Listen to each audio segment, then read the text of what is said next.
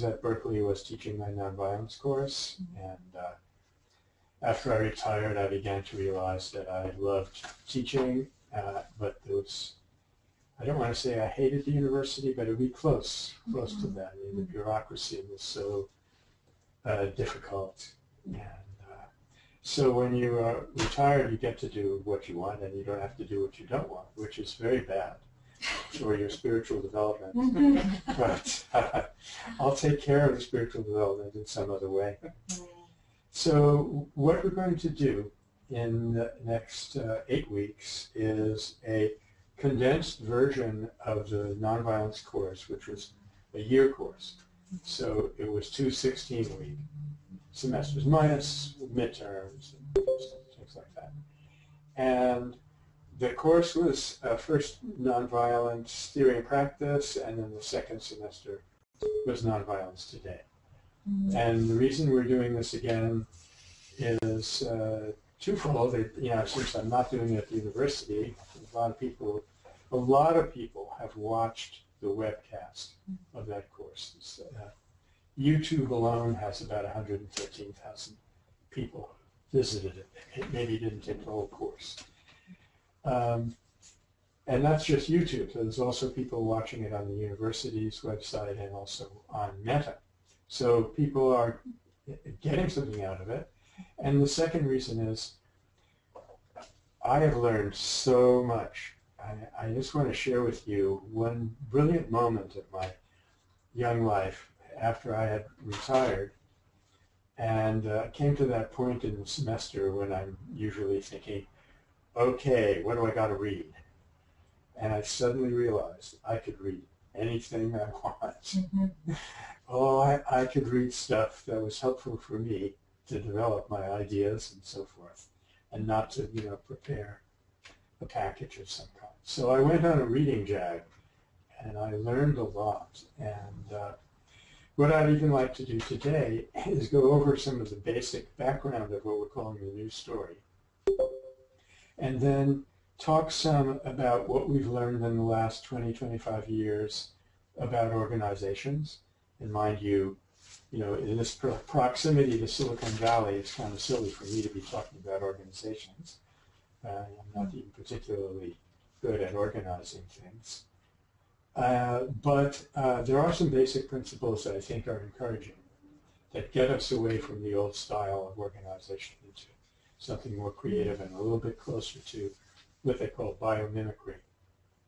And I'd also like to go over what we've learned about paradigm shifts and tipping points, how they happen, and how we can use them. So those are the main part of it will be the news story.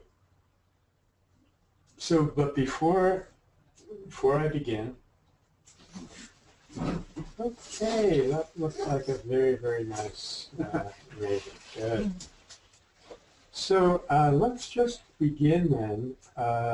I know it's a little bit corny to start with a cute animal picture, but it just helps me to do that. And this little creature, this little fawn that you see there, was actually born at almost the same moment that the ideas for this talk were born. So we've grown up together. And he or she was born outside my window. So I ran out and snapped a picture. And makes me feel good. I hope it makes you feel good also. The next slide that I'd like to start us off with is a human being. I don't know how many of you are aware of Antoinette Tuff. By the way, could I ask you, how many of you had a chance to look at the tape of the CBEC talk? Okay, good. Well, the story of Antoinette Tuff is that she was the bookkeeper in a school in Decatur, Georgia. And the school had 837 children. And one day, a very distraught young man with heavy weapons snuck in through the door, the so-called security barrier, and announced that he was bipolar and had not taken his medicines, and he was planning to die that day, and he was going to really take out a lot of people with him. And to show that he was serious, he fired off a round into the floor. And she shouldn't even have been there that day. She was subbing for somebody else. The background here, as she told people over and over again, was that her minister had taught her a technique of grounding. So the minute she saw this kid walk in with the heavy weapons, she started that practice to ground herself and was basically praying for 2 solid hours. And she did a surprising thing, which was say to this young man, "Can I go to the bathroom?" So that kind of changed everything.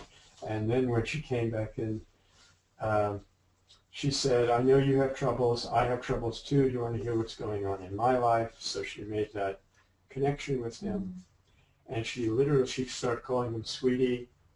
And she literally said to him, "I love you. And I know that you're hurting." And she kept on reassuring him that he did not have to die and things were going to be all right. In the middle of this, the SWAT team showed up outside and started making noises. And he went out the door and fired off a few rounds at them and came back in. So they almost ruined everything. But she got them to calm down. And basically, one of her techniques was, NVC people are probably quite familiar with this, one of her techniques was to give him control. So I said, "Can I go to the bathroom? You're in charge here." And then she said, she suggested that he put his guns down on the counter and lie down on the floor. And she said, "Can I call the police now?" And he said, "Yeah, now I'm ready." So on the 911 tapes, you could hear the police come bursting in, and the whole tone changes. You know, "Get down there, everybody do this, everybody do that." And so she basically saved the day. And she said, "You know, I had 837 babies I had to protect." And she saved them. And she's given quite a few interviews, and she's written a book. And it got some coverage. But the one thing that everybody missed is what kind of is the reason that I bring her into this talk and what I want us to learn how to not miss. That is that we had basically 2 security systems in place that day. One was a very high-tech security gate and a team of heavily armed police, and the other was a human being, Antoinette type.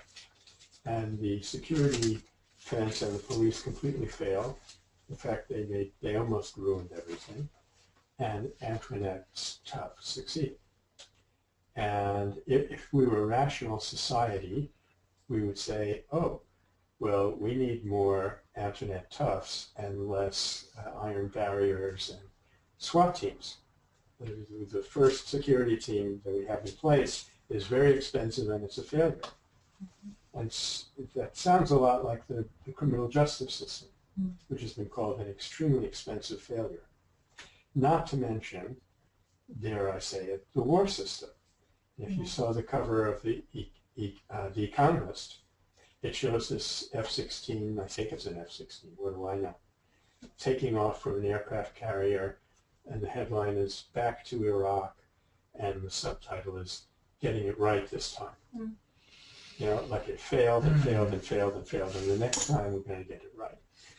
So we have to look for what it is that's causing us to invest in the wrong thing and disinvest in the right thing, namely human beings who can be trained, who can be encouraged, given practices so that they can do this whenever it comes up, not to mention the fact that we want also to build a culture where it doesn't come up. You know, where people who are a little bit upset don't feel so alienated that A, they can go into a store and buy an AK-47 and a whole backpack full of ammunition, and B, they can be so alienated from their fellow human beings that they think it will serve their purposes to kill hundreds of people. And notice how, I'm going to say a funny thing here, I hope. There are a few funny things at least. Notice how uncreative that is. He's imitating about 8 or 9 other examples of people who have done exactly this thing. whereas what she was doing was practically unheard of. So the mass media got that there was a story that went on, but they missed the point. And this is not the first time. Back in the late 1970s, a distraught woman went into a hospital in Los Angeles. It was pretty scary because my grandson works in a hospital in Los Angeles, but not at that period. And she shot at a woman that she wanted to kill, wounded the woman. The woman ran down to the emergency room, and this distraught woman followed her. Meanwhile, they're saying, there's a code that they use in hospitals for a person with a .38 caliber going through the, or so. The woman suddenly bursts into the emergency room, and there's a nurse there by the name of Joan Black, who went over to the woman and held on to her wrist so she wouldn't pick up the gun, and went through exactly the same dynamics that Antoinette Tuff had done 30 years earlier. And it happens to be exactly the same dynamic that was studied in the ancient world. And you must tell Tyler this, that the Greeks and the Romans had a name for this. This is called the consolatio in Latin. And what you first do is reach out to the person and say, I share your pain. I also have difficulties. Broaden their horizon, because what's happened to them, they've completely sunk into themselves. They're thinking only of themselves. These other people that they're going to kill are just kind of ciphers in their own psychodrama. So you enlarge their mind to think about other people. And then you go on to encourage them that they don't have to do this. So when she talked this poor deranged woman out of shooting, gave up the gun, and she explained that when she saw her come in, she saw her as a patient, not as a threat. Now, in this case, years ago, the newspapers not only didn't get the point, but they ruined it, because they kept nagging her until she finally said what they wanted to hear, which was, this was the craziest thing I've ever done. And of course, it's the exact opposite. It's the most human thing that she's ever done. So we need to explore why it is that we keep not seeing the human potential and trying to invest in potentials which fail over and over again. And this won't be too surprising, but here, is this on the screen, Steph? Do they see the? They don't see the slides, unfortunately, because I would have needed the. We'll have to, I'll send them the slides today. Okay. But it's nice because you're talking about them. Okay. So I'll describe what we're going to be showing on the screen here, and they're all going to show up in Google Doc. Hooray for technology. Never fails. What you see here is a picture of a very sexy sports car, or at least it was sexy about 10 years ago, and an even sexier driver. And when, I've cut out the part where it tells you what company this is, so I won't get sued for this. But when you look a little closer, the really thrilling, exciting thing is that the person's heartbeat matches exactly the engine RPM that's picked up by machines. Isn't that wonderful? And in case you didn't get the point, here's the payoff. Don't just drive the car, be the car.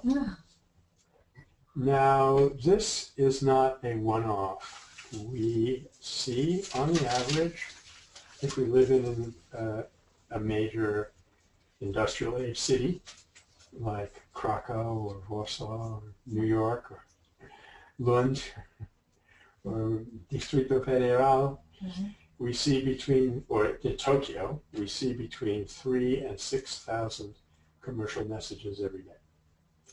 And each of those messages may be selling a different product, but they're all selling the same ideology, namely that you are empty, vacuous, happiness is not within you. You have got to buy happiness from the outside world, and we've got it. It's half price for you today.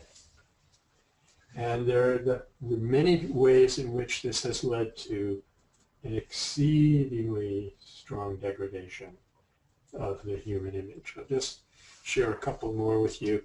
Here's a picture of young pregnant woman looking down at what we would call her bump today, which actually the baby, and it says above that, with 8,900 points in her My Points account. Get this. Margot knew, evidently this woman's name is Margot. Margot knew she was just one small online purchase away from a little bundle of joy. Wow.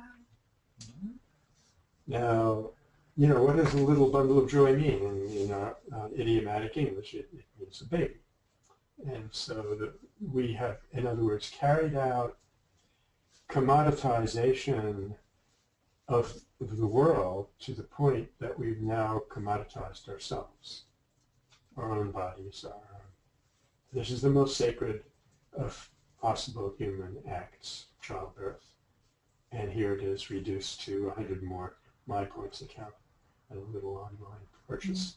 Mm-hmm. And you have to realize that this is the way mythology works. If you're comparing pregnancy if you're comparing My Points to a little bundle of joy, which is what the advertisers think they're doing, they're also comparing the infant to a purchase.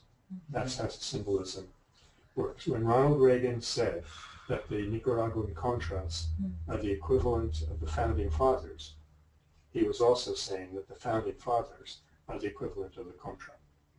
In other words, that this country was founded in violence and it's going to stay violent as long as I'm the president. So I think we got maybe one more of these horror ads and we can move on. Yeah, so this is right here in Petaluma. Some of you may recognize this as a billboard selling something, I don't know, huge tax credits, huge, get it. And across the top of the billboard, it says, "Our pain is your gain." In other words, this is selling the ideology that your happiness can be purchased at the cost of the suffering of another person, which is the principal myth underlying all violence. If you recognize that your well-being is connected with the well-being of another person, you would not buy this real estate or whatever you're trying to sell. So, and we've seen, like my meditation teacher, Ignacio, who talks about walking by an auto dealership in Berkeley. It said it's buying time for you and it's crying time for us. And he said to himself, it's crying time for you because it's not buying time for me. I'm not buying one of your automobiles. But see, whether you buy an automobile or not, the subtle message is, you can make me suffer and you'll benefit. So I won't go on with all of this. I think the point is made that we've created a culture of dehumanization, and everything that we're experiencing now just basically comes from that.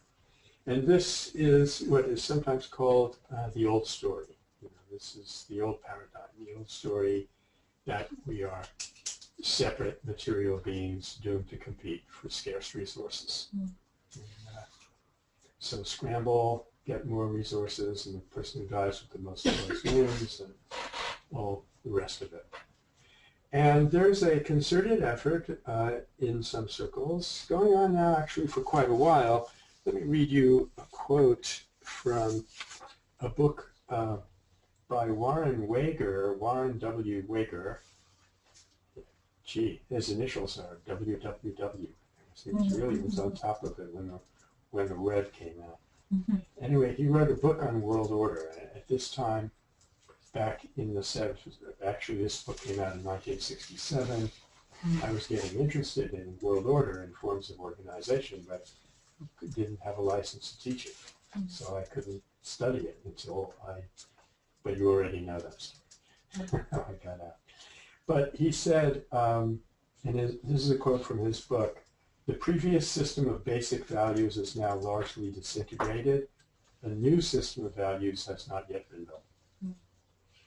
And that is our situation. To specify that a little bit further, a really interesting book by two sociologists, Robert Nordhaus and Robert Schellenberger, book was called Breakthrough, from the death of environmentalism to new politics. And their book, this was the acceptance of violence was the fastest growing value in America from 1993 to 2004. This trend is seen in all classes among all races, but is especially acute among the youngest Americans, a troubling indication for the evolution of social values. Okay, so that's where we're at, an old value system which is devastatingly harmful for human life, for fulfillment, for the environment. Some people have begun to recognize that it's breaking down, and we don't really have a new system of values to take its place. And as we all know from reading Thomas Kuhn, The Structure of Scientific Revolutions, he was the person who launched the concept of paradigm shift. Well, you cannot jump off into the void. If you want to drop an old paradigm, an old story, you have to have a new story in place. Human consciousness is such that you cannot simply say, oh, well, I don't have a paradigm. You know, anything goes. It doesn't work. You need a frame. You need a system of order. In fact, they can be quite critical. I remember when I was in anthropology studying about some sub-Saharan people who were first contacting Western civilization the first time.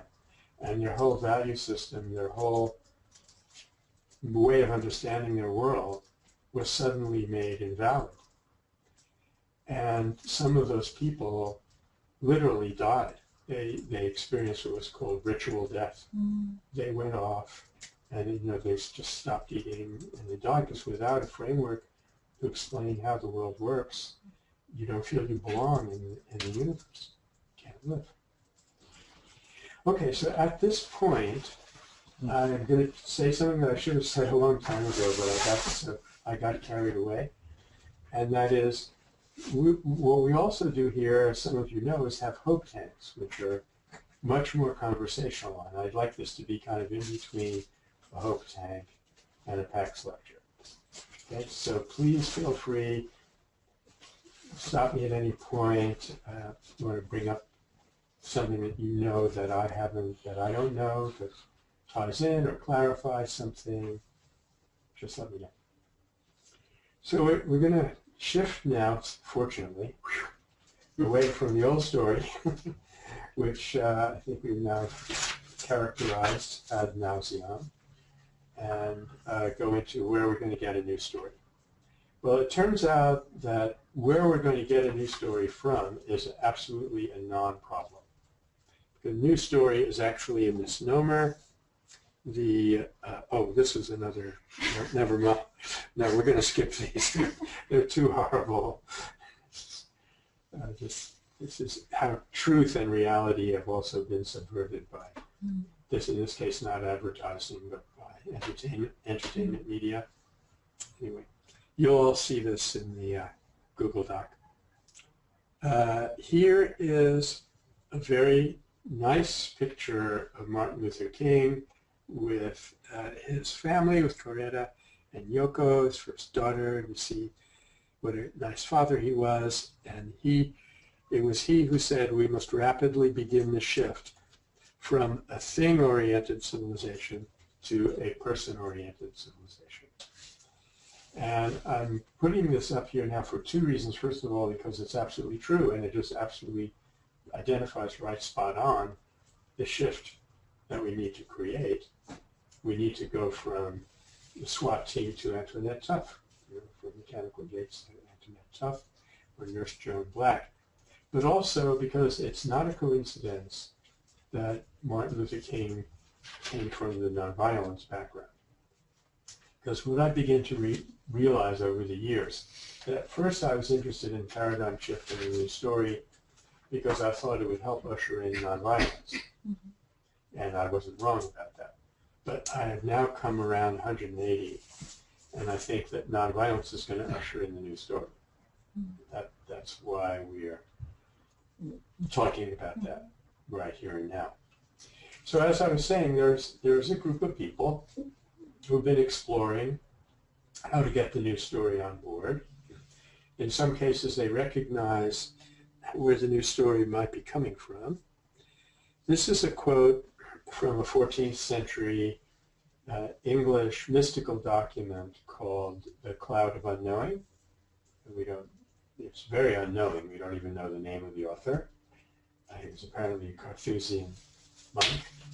And I'll read it for the people who are online.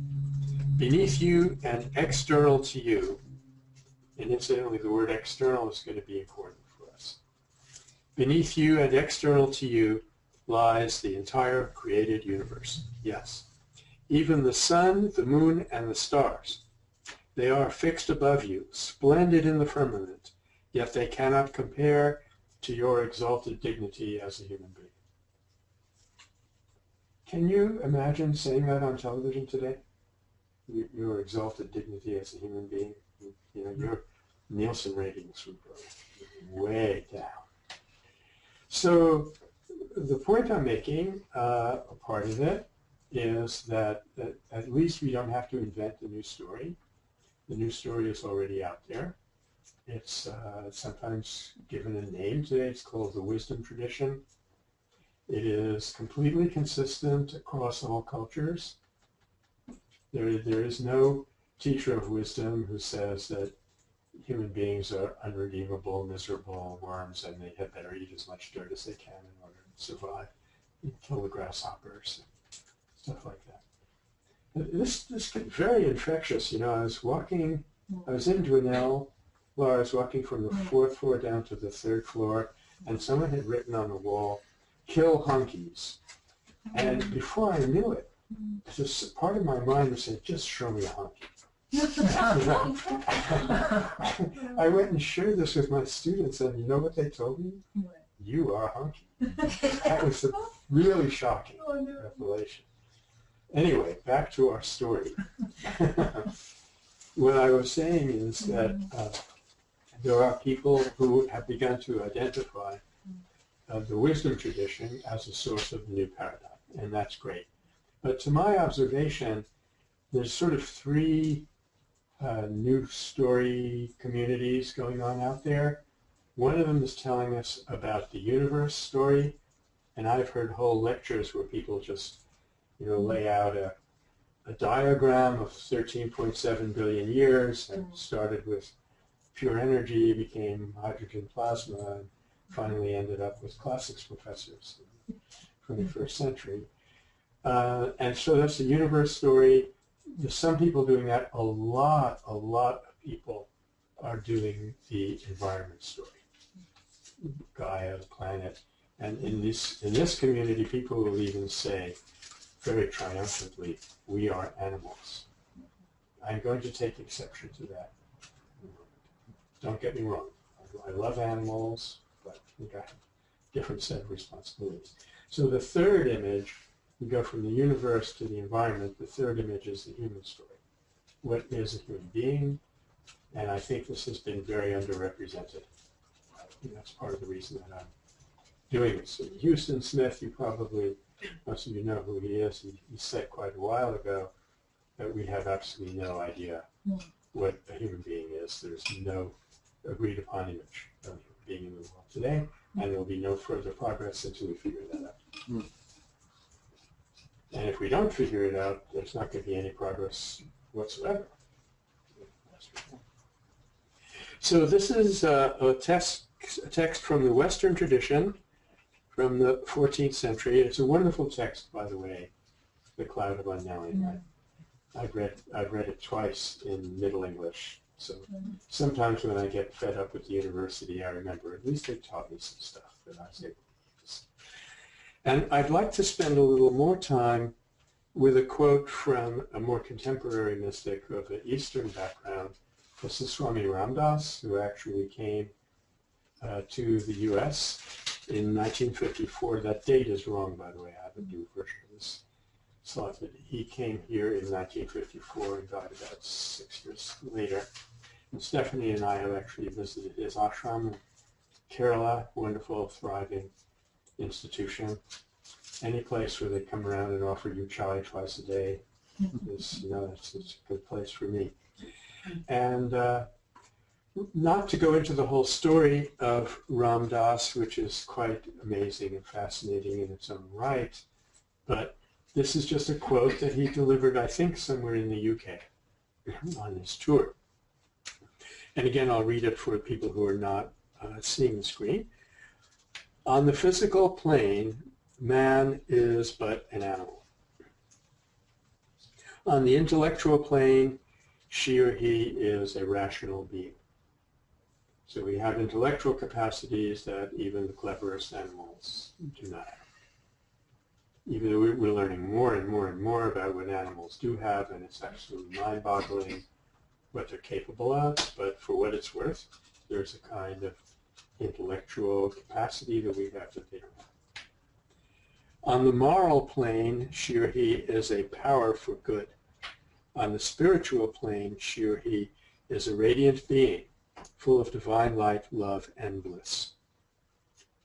So far what we've got is that this is a slightly more articulate version of what we were reading from The Cloud of Unknowing, and a very encouraging, very highly inspiring picture of what a human being is, which could be the counteract for what we're suffering from. Then he goes on to say that humanity's ascent from one plane to another is its natural movement. Let me read that again. Humanity's ascent from one plane to another is its natural movement. So in other words, this is not a static description. And incidentally, I'm going to try to collect all the quotes and put them in our Google folder at some point. Now, so the main point is that we can grow. We can grow spiritually. This in itself would be an incredible breakthrough. But I also wanted to emphasize that he calls this a natural movement. That's been very important for me. That what Antoinette Tuff did and Nurse Joan Black did was a perfectly natural reaction of a human being who wanted to reach out to another human being and protect children. All these things are part of our nature. And one way of looking at the problem that with our civilization, and I thought of writing a book called The Problem with Our Civilization, but it was too depressing. But one way of looking at it is, and I guess this came home to me when I was trying to, the first year that we were trying to get the university disconnected from the nuclear weapons labs, something I worked on for a long time. And I got thinking about Einstein and how he had inadvertently given us the atomic bomb and how that happened. And I realized that Einstein was this incredibly beautiful spiritual human being. I have an important quote of his up on the refrigerator. When you get to have your words on the refrigerator in the Met Office, that's better than the Nobel Prize. And he, some colleague of his was asked, what is the main thing that you remember about your years of working with Einstein? And he said his unfailing kindness, unfailing to everyone. So here's a person who was like the greatest genius since Newton, and some say there hasn't been anyone since Einstein that had that caliber of genius, and yet the people who were close to him they didn't think of that first. They thought of his unfailing kindness. So the reflection that I had, which has been troubling me since then, it's a long time now, is somehow we have built up a system to pick up the atomic bomb and lose the kindness. And what we need to do is readjust our radar so that we are sensitive to the incredible potential of a human being for good. And this is slowly starting to happen. So I just wanted to emphasize this next line. I just underline the fact that we have a physical being, an intellectual being, a moral being, and a spiritual being. And that this is a natural movement, because most of the violence that we see in the world is a result of people seeing violence in nature and saying, ha, I can use that, and they build it up into institutions. And we've been very, very much slower doing the same kind of process with the nonviolence, which is also part of our nature. So I'm now going to shift the paradigm in the next 5 minutes, from the old paradigm to the new. And we're going to start this with basic physics. If I were, I hope this will be the last time that I'll say mocking comments about the university. But you know, if I were at the university, I would be able to do this because I don't have a PhD in physics. I have this very amateur interest in quantum theory. And let me explain why we're going to be talking about this. It's not because you need to know quantum theory in order to, let's say, take a workshop in nonviolent communication, but because in the overall framework of our entire world paradigm, part of it is, in a way, based on what we think reality is. Reality outside of us consists of what? And up until about 1910, scientists agreed with what everybody knows to be true from their personal experience, that there's a solid material world out there. Tables or chairs. You know, I'm sitting on this chair. I am not sunk into the magma level because the chair is solid. So as scientists probe deeper and deeper into the nature of matter, in about 1910, Max Planck discovered, quite by accident, that it isn't real. That I'll say more about that in a bit. But on this framework of matter-based physics, we've erected competition biology, and from competition biology, we have a world of violence. So these are 3 big steps through our scientific paradigm of what we think is real. And it turns out that that the first 2 steps are completely wrong. The physical world is not based on matter, and the role of competition in biology has been grossly exaggerated, and the violence in human life is absolutely unnecessary. So, but here's what the old paradigm looked like. We have matter, and somehow from matter you got energy, and somehow from energy you got consciousness. So we have matter, energy, consciousness with upward arrows. And this is called upward causality. Now, everybody who's here watching the slide, do you suppose we could? It doesn't. Okay, it won't work. But watch the screen carefully now. We are about to shift the paradigm before your very eyes. Okay, ready? This is about as high-tech as I ever get. Here we go. So the reality is, the new reality is that the universe actually consists of consciousness, and it was none other than Max Planck who said, consciousness I regard as fundamental. Nothing that can be thought of as existing can exist without consciousness. So the world is basically made of mind stuff, not material stuff. And consciousness taking the form of matter creates consciousness taking the form of energy creates the appearance of matter. That, I believe, is an accurate description of what scientists now believe our world consists of. And this is called downward causality. There are 2 concepts in the new physics which are really the only ones I think that we absolutely need. One is this, downward causality, from consciousness down to matter.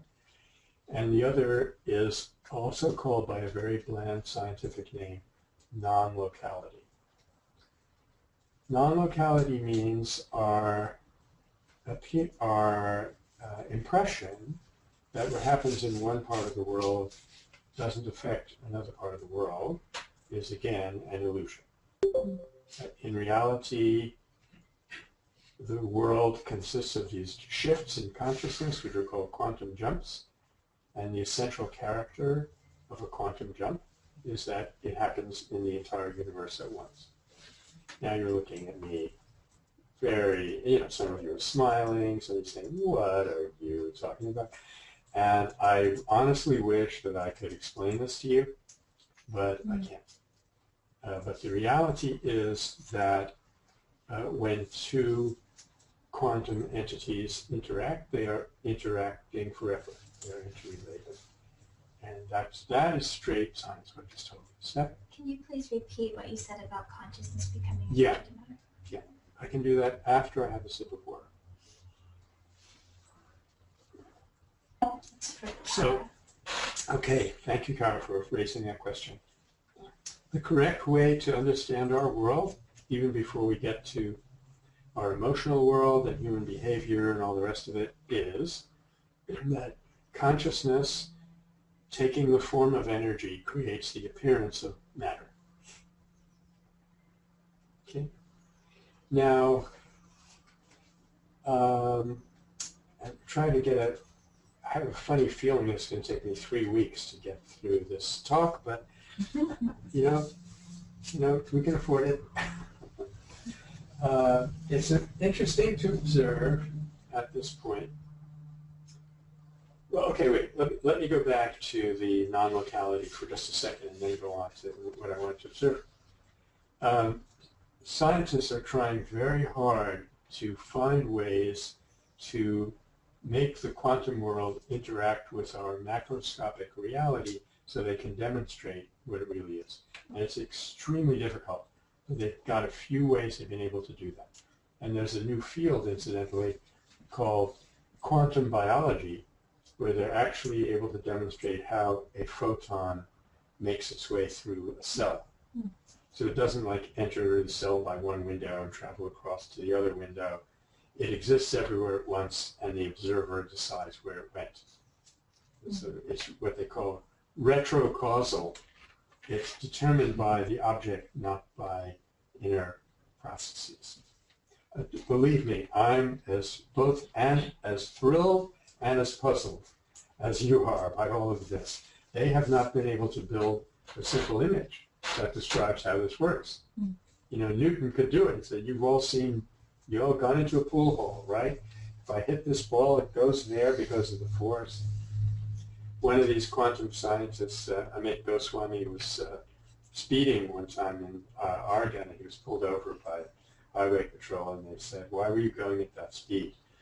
And he was tempted to say, an object acted upon by a constant force he realized that would not get him out of his traffic signal. So, when we talk about the new story, we begin to realize that, as one Indian physicist said, when this quantum reality suddenly began to sink in, and officially it became the real description of reality around 1930s with what they call the Copenhagen interpretation, they realized, oh my gosh, this stuff is real. It's not just a statistical epiphenomenon. It was extremely difficult to understand how we get from that quantum world of non-locality and downward causality to the world that we live in. And they also became quite interested in ancient wisdom tradition, because there were adumbrations of this there already. And one Indian physicist actually was the head of an energy commission in India, actually said every system of thought has crumbled in the face of quantum reality except the Vedanta. Vedanta has been saying this for 5,000 years. Now, I'm going to propose, I don't think anyone else said, I know has said this, but I think I know why they were able to reach it so much earlier in ancient India and other places than we were able to do in the West. And that is because our science in the West is basically a science of the outside world. And in the Vedanta tradition, they were looking to the inside world. And I guess it's much harder to see reality outside you than it is to see it inside. And in Madhyamika and later forms of Buddhism, there was a doctrine called Chanikavada.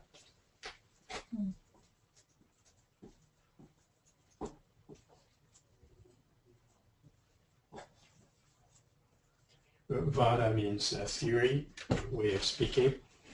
Is that on the camera? Yeah. And Chanam means a moment or an instant. And this is sometimes called the doctrine of momentariness, which is connected with the doctrine of dependent origination. And it states basically that our thoughts are discontinuous on a micro level in the same way that scientists were saying now that matter is discontinuous on the quantum level. And Ishwaran has been extremely thrilled with this discovery because this is what makes it possible for us to change our thoughts. For our change, we're continuous, uninterrupted, uninterruptible. They would dominate us. And when we had an angry thought, that's who we would be. That's the nature of our attention in the mind. But because it's actually an infinitely segmented burst of angry impulses, we can get in between them. And this is what meditation is. When you're slowing down the thought process, you are manifesting the space in between thoughts. So I think that's a wonderful discovery, and I think it's extremely telling that this happened thousands of years before quantum nature of reality happened in the West.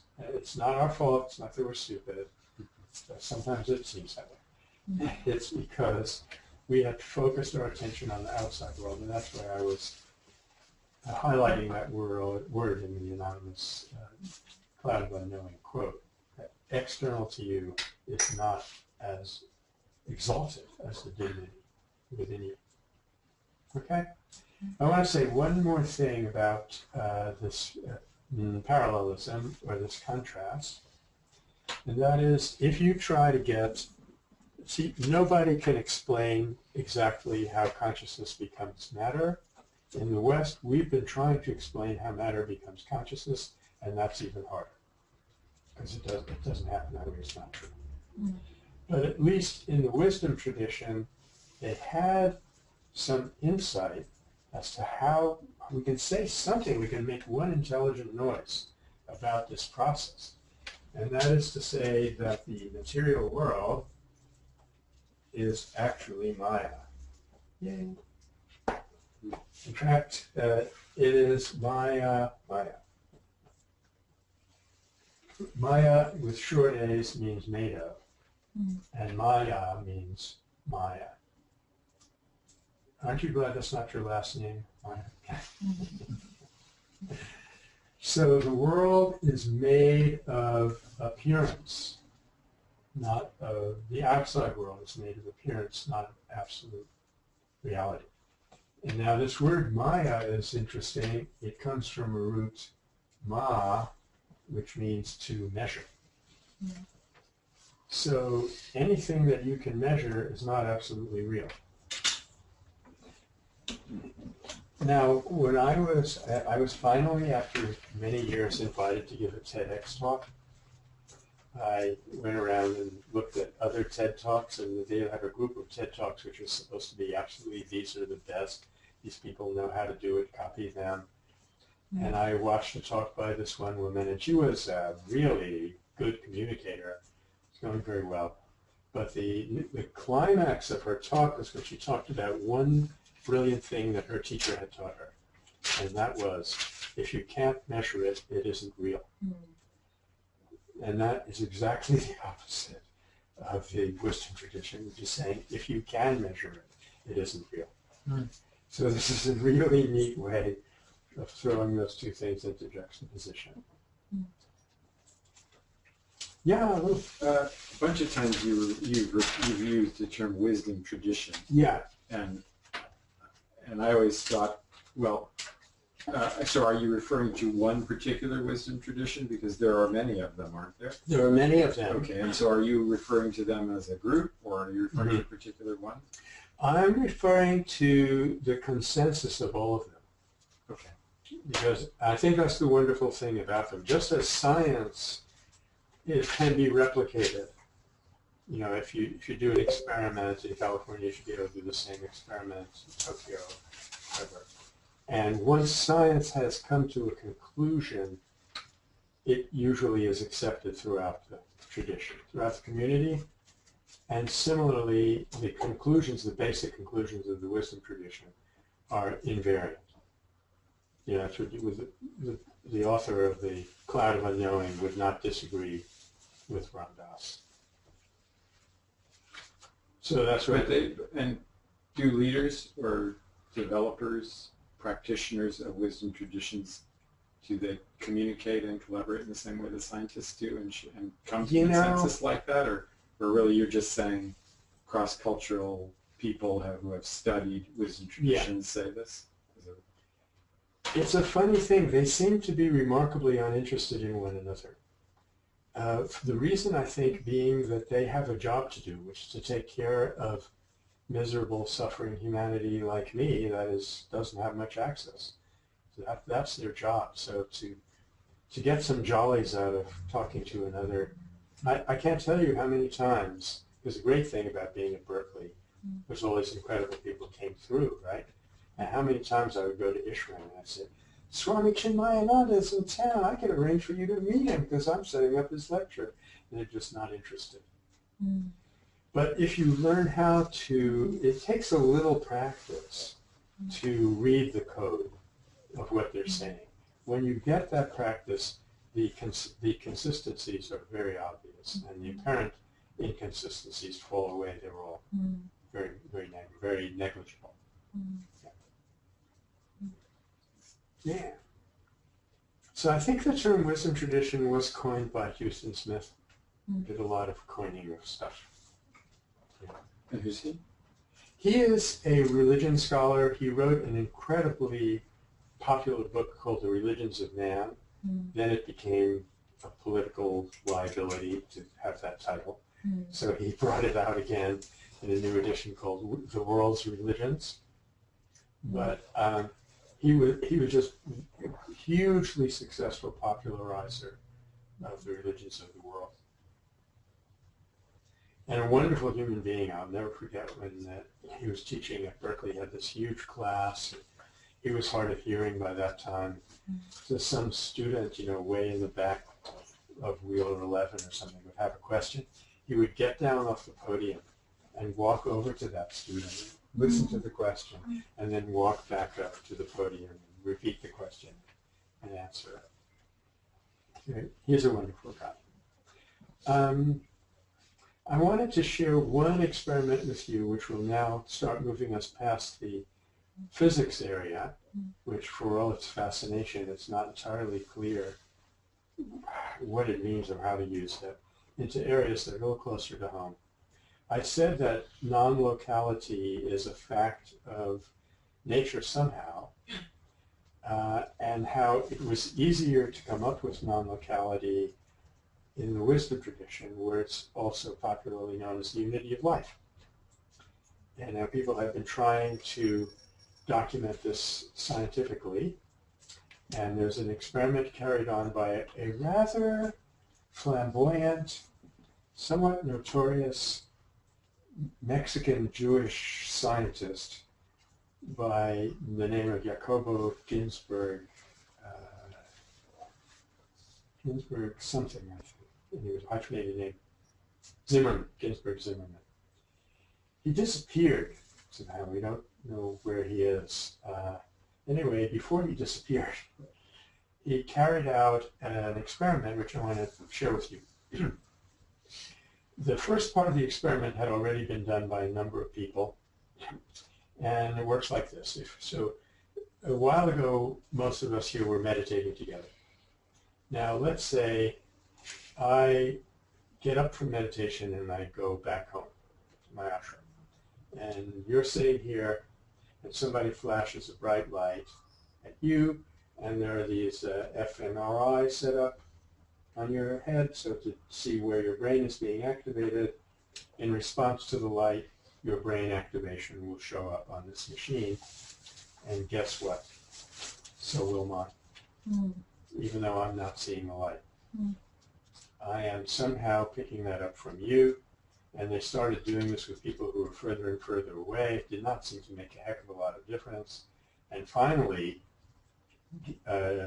Ginsberg Zimmerman took two people after they'd meditated together and put them in put at least one of them in what's called a Faraday chamber.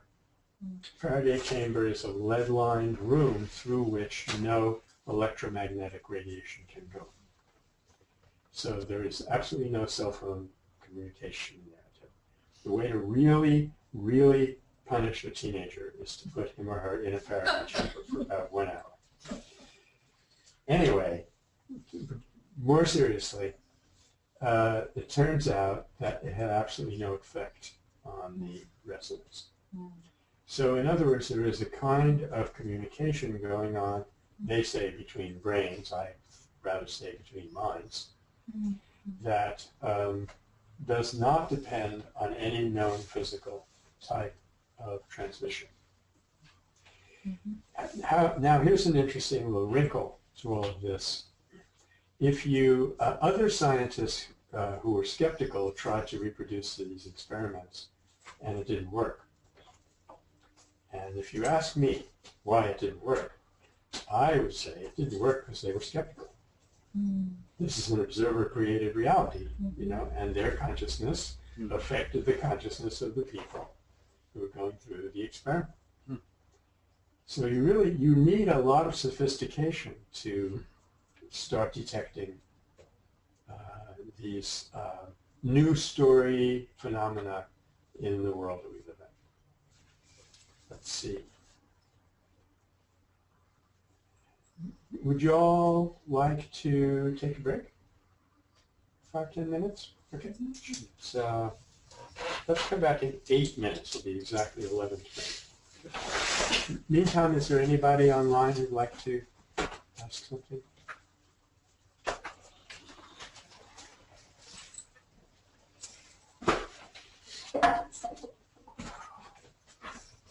There was one question, Michael, that was about, has there ever been a culture that has was like human-centered culture? Yeah, that's a good question. You want to save that for when people come Yeah, I back? think so. Yeah. Okay. You can chat with them here. Yeah, okay.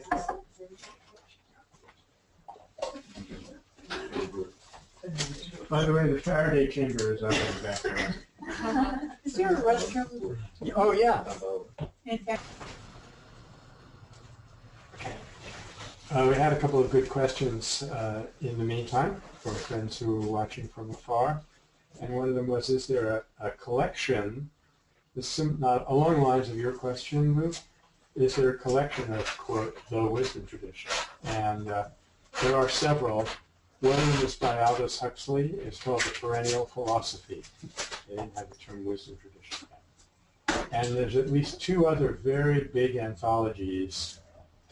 I can't quite remember the authors or the titles, but what they do is they go parallel across traditions.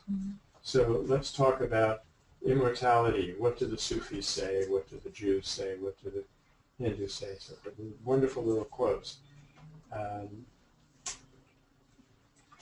I have both of these books at home, so I'll put them in our in our Google Doc. But you'll get a strong impression from them of the consistency and the consensus. Okay. So what I'd like to do now is... Can I just say, too, that Yeah. Karen Armstrong Yes. looks at compassion across Yes. religions. Yeah, And that's right. I found that to be a really wonderful thing, too. Yeah, that's wonderful. And that's actually, the compassion is actually a project, not just a book. Yeah. Good. Okay, so what I'd like to do now is kind of rerun what we just said about the macrocosm of the universe and how the causality really is downward from consciousness, creating the appearance somehow of matter, and do it in the microcosm of the human being, which you have exactly the same dynamics. You have body, mind, and spirit, and in the prevailing old paradigm, which is causing untold suffering, body is thought to be the primary reality, and it creates mind. And I can't tell you how many meetings I've been to where we would be going along all agreeing about something, and suddenly it turns out the person I'm talking to thinks that the brain is mind, and it just makes me tear my hair out. As you can see the results. But you got there in a more honest way. But it's interesting that in the field of cognitive science, there is an awkward, unresolved split between people who think that everything, like, they tend to be reactionaries, like Searle. And I walked into Searle's office one time and said, "Oh, it's all the brain. Read my book." And but this is not a discussion that people have been able to work out. So you can explain the same data by the body causes the mind, but not as well, or the mind causes the body. And there's an interesting book called The Spiritual Brain by Beauregard and O'Reilly. There is, incidentally, a resource list in our Google Doc, in our Google folder, that has, I think, all of these books. And as new books come up, and you tell me about new ones, someone just did during the chat, I'll be putting them in the Google Doc. The folks online are keeping track, too. Oh, good. Excellent. Yeah. So now sometimes this will get us into our paradigm shift discussion. I wonder if I have the actual quote here. There is a wonderful primatologist, someone who studies not cardinals and bishops, but chimpanzees and monkeys. His name is Frans de Waal, D-E space W-A-A-L. And he was looking at this theory that human beings are innately aggressive, which was extremely popular in the 1970s. And he talked about how that theory shifted, and he said that it didn't have a lingering disease. It was like a sudden heart attack. Overnight, people abandoned that theory. And that's extremely useful and hopeful information for us. So the theory that the body causes the mind could disappear. And we're beginning to understand a little bit about how you build up the pressure to create that kind of shift. So, but anyway, to go through the same process on the microcosmic level, and incidentally what Swami Ramdas said when he said humanity's natural ascent, he could have been talking about human civilization in general or the human individual. We are a microcosm of that development. And if you were to really step back and look at the entire process of evolution, 13.7 billion years in 1.5 minutes. Here we go. Okay. First, the first fact that is salient for us is that the idea that the universe came about by chance is virtually impossible. Scientists have actually been able to calculate what the likelihood is that the university, that came about by chance, I can assure you. that the universe came about by chance is one in a number so incredibly huge that, even a supercomputer couldn't figure it out. But in a more colorful way, one of them has said, imagine if you had a junkyard, like how down on the frontage road in Berkeley where they have all those car park places where I used to go to pick up a starter motor for my old Ford and things like that. Imagine if a typhoon would have blown through one of those junkyards and create a Boeing 707. That's as likely as it is that the universe came about by chance. So that's a very useful fact. If it didn't come about by chance, it came about for a reason. So now we are at liberty to step back and say what must have been the reason. What is the difference between the universe of today and the universe of 13.7 billion years ago? And clearly, there's been an incredible increase in consciousness. We are, I think I can advisably say, we are infinitely more conscious than the primordial magma that came out of the Big Bang. And we're not saying that it wasn't conscious at all. Laura? Michael, when we think about the old teachers of different traditions, like the Vedas, and they seem to sort of be like timeless brains. So I have trouble when I try to think about the language of evolution and then the language of, sort of timeless wisdom. I'm so glad you said that, Laura. I was about to say that in a slightly different way. Okay. I was about to say that the statement that consciousness has evolved up to us is too glib. That's not actually true. What has evolved are forms that can make use of consciousness. So you're absolutely right. Consciousness is invariant. It is not, in fact, that's the difficulty in the mind-body problem can be stated this way. How can something which is not in space-time, namely consciousness, impact something that is in space-time, namely a material body? And even St. Augustine said, if I tell my hand to go up, it goes up. Hope you caught that. There's a comment saying psychoneuroimmunology studies and the interaction between the mind and its impact on the immune system, which seems to fall into the PACS case description. Right. I think very highly of psychoneuroimmunology, and I haven't really been in touch with that field, but I believe you would see in that field that there are still people who are undecided about whether it's the neurons and the hormones that are causing the psyche or vice versa. But anyway, that the two are immediately interrelated is obvious. And so it's so cool that you brought that up, Laura, because there has been no evolution in consciousness, and in terms of the wisdom tradition, once Homo sapiens sapiens comes on the scene, self-designated Homo sapiens sapiens. I know at least one anthropologist who calls us Homo sap. But we don't know how smart Neanderthals were. They definitely had compassion. That's recently been discovered. Yeah, Neanderthal love. That is a new movie I can see. It's really popular. Love before Cro-Magnons move in and downgrade the neighborhood. Can I have a cup of chai? Yes. Thank you.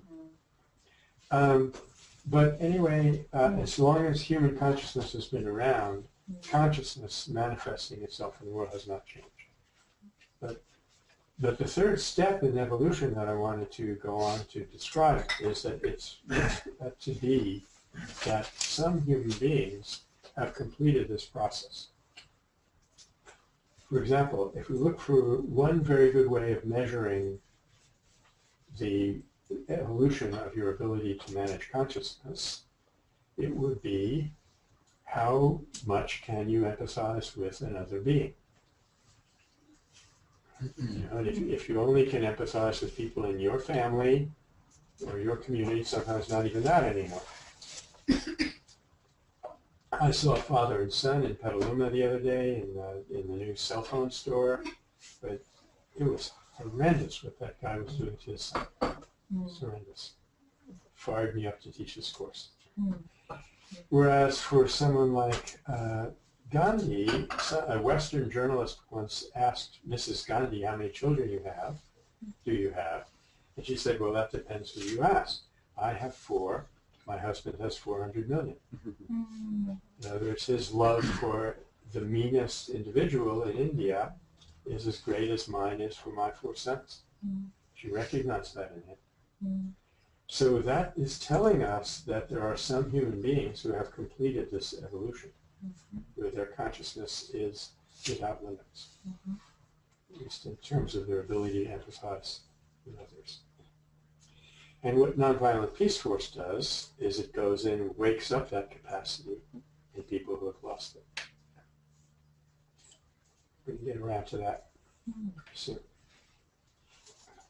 Okay, so I wanted to go on now and give us the new paradigm in terms of the human being, switching those arrows again.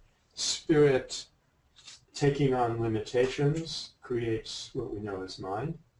This is a direct quote from one of the greatest of the wisdom tradition, who was Meister Eckhart. He said, if you want to know what mind is, consciousness takes on limitations, and that's our mind. So if we can get rid of the limitations, we have absolute consciousness available to us. And that creates this incredible, complex, beautiful phenomenon known as the body. And how it does that, we maybe will never understand.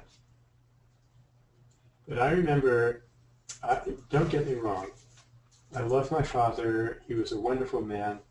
He did a lot of things for me.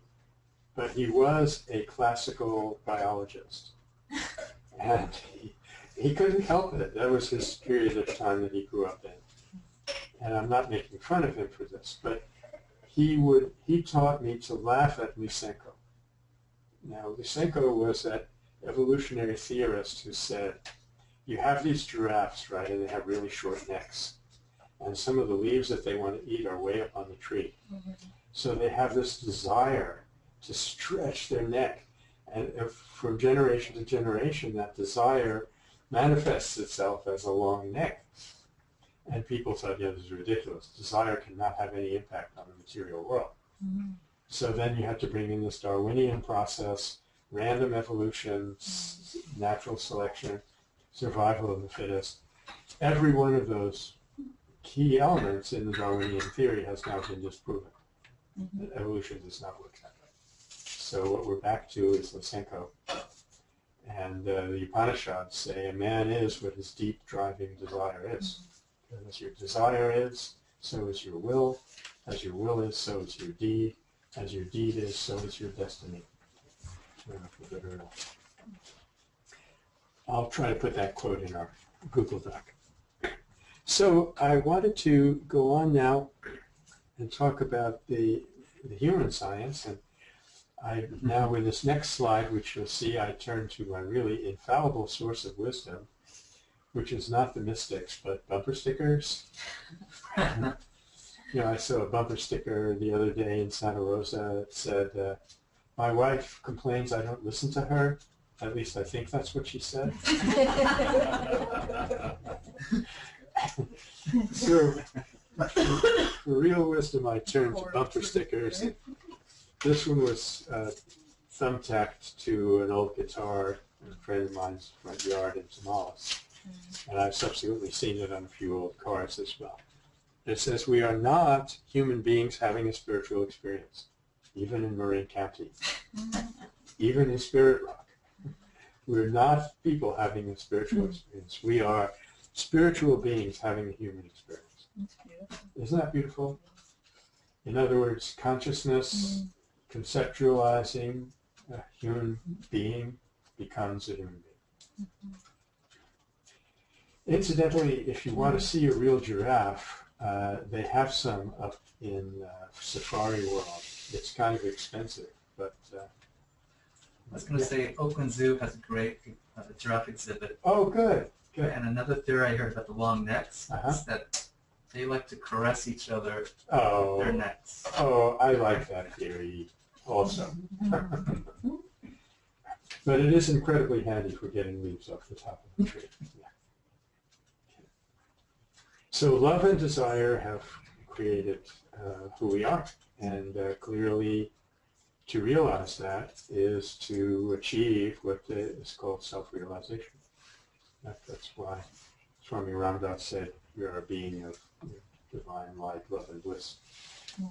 And I want to talk about some of the science that illustrates this. This is an actual photograph reproduction of a phenomenon that was discovered only in the 1980s, 1988 to be exact, in Parma, Italy. Scientists were using this new technology of functional magnetic resonance imagery, which enables you to detect which parts of the brain are activating without getting in there with a scalpel. And so this is slightly invasive, but not as invasive as surgery. And so they had this monkey wired up to this machine. I believe it was a rhesus monkey, but it was immaterial. And they had a dish of nuts in front of the monkey, and the monkey picked up a nut and ate it. This is not a surprise. And they were able to see which parts of the brain were activated in order for that to happen. Then they took the dish away from the monkey, and a few minutes later, another investigator came through and happened to see this dish of nuts he didn't know was part of the experiment. Oh, guardi, nucci, che bueno. And buono, I should say. And he took a nut and ate it. They had not unhooked the monkey, and the monkey's brain fired up in exactly the same way as the investigator. And so they began to explore this. They discovered it by accident, just as quantum theory. Thank you. This is going to really fire up the next half of our Get ready, people. This is Trump. Yeah, get ready. Yeah. We got caffeine on board. Really, what kind of tea do you use? Just Indian tea from the store. It's called Indian tea. I use So, rose water. Anyway, that was 1988, and in the meantime, they have discovered a lot more about this, and it turns out that our nervous system is interpenetrated with very special neurons that are called mirror neurons that reflect any gesture, any emotion, any intention that you observe in another person. So, Lou, you just scratched your forehead. The neurons that would cause me to scratch my forehead fired off. So then the next question, why didn't I scratch my forehead? It turns out that we have a set of super mirror neurons that intervene at the last microsecond and say, that was Lou's forehead, not yours. You don't have to scratch. But this was an incredible breakthrough for nonviolence. And I can remember I was giving a series of talks in Germany, and one of my hosts picked me up at a train station in a small town in Niedersachsen, not too far from the Dutch border. And this is the person, he's German, he's usually very polite, and he came to pick me up at the train station, and to my surprise, he didn't say, "Hello, Michael, how are you?" He said, "Hast du gehört von Spiegelneuronen? Have you heard of mirror neurons?" And the whole conversation back to the university was all about mirror neurons. He goes, clearly this is amazing for nonviolence, because what happens, this deranged person comes into the school, he's got these really bad neurons are firing off, his hypothalamus is going crazy, his amygdala is overheating. Antoinette Tuff is in a totally different state of consciousness. She literally evokes those changes in his brain. Now, that doesn't mean that she controls him, because human choice still is going to come in at the last minute, just as, I have to decide whether I'm going to go along with this or not. So this is actually what we're seeing here with mirror neurons is a representation. Yeah. While you were enjoying the first sip of chai, I was also enjoying it, even though I haven't picked up my cup yet. I love mirror neurons. I remember going down to UCLA, and there's one person who has written a book on mirror neurons for non-scientists. Correct. His name is Mario Iacoboni, and the book is called Mirroring People. Oh. Yeah. So I interviewed him for this film that has yet to get made. And I said to him, what would happen if all of the violence that we see on the mass media were to be magically taken away for 1 week? So for 1 week, you would not see violence on TV, you would not have a violent conversation with anybody. What would happen? And he looked at me and said, it would never come back. Can you just imagine? Because we are so wired for empathy that once we switched over to that empathic system, the violence would not be able to come back. Now, we don't have a way of testing this because there's no way of getting violence off television. But I suppose you could put somebody in a Faraday chamber for a week and then bring them out, empathize with them, see how long it lasts. Well, actually, that might get me to my next experiment. Michael, quick point. So this is sort of like the science of the Sangha, right? This is the science of the Sangha. You could call it that. This is, now, okay, we have to be careful here because Iacoboni and some of those people, they will say, this is why we have communities, because we have mirror neurons. But I think we have to insist that the mirror neurons facilitate community, which comes up because of our innate desire to expand our consciousness. Can't tell you how many times I've had that discussion / argument.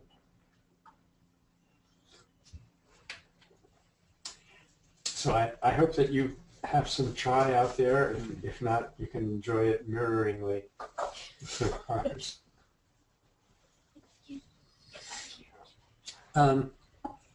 So I've mentioned this man, Frans de Waal, who back in the late 70s, he was in Arnhem Zoo in Holland, and he noticed some chimpanzees having a fight, and then he noticed them making up. And he said, gosh, that's interesting. I come to think of it, I'm not familiar with the literature on chimpanzee reconciliation. So I'll go to the Arnhem Library and look it up. Guess what he found? You guessed it, nada. There was no reconciliation literature in that or any other library. And that's why he wasn't familiar with it, because it doesn't exist. And that is not because reconciliation doesn't exist. Because if reconciliation didn't exist, the first time there was a fight among chimpanzees would be the end of evolution. Right? They would have just wiped each other out a long time ago. And Gandhi said, if it were not for nonviolence being innate in us, we would have just disappeared as a species a long time ago. So he made his career out of studying what he calls the chimpanzee politics, and he's written about 10 books, which are just wonderful. I absolutely every one of them, chock full of stories. And this particular story is about a colony of rhesus monkeys, and as you'll see later from your slide, they are rather violent creatures. I actually think I recognize this guy from Brooklyn. I've got some kind of problem with that. Rhesus monkeys are like that. They get along by biting one another. But there was another species, stump-tail monkeys, where you might have a kind of bad primate, good primate. Distinction here. Here's a picture of a stump-tail family, and you know it just could not be cuter or more compelling. You'll be seeing this. Of course, I chose this slide purposely to emphasize the sweetness of the stump-tail culture, but they are like that. And so they did this experiment, which is kind of dicey, of putting a colony of stump-tail monkeys in with a colony of rhesus monkeys and step back and see what happens. The expectation was the rhesus monkeys would wipe up the floor of the cage with the stump-tails because they don't have aggression going for them.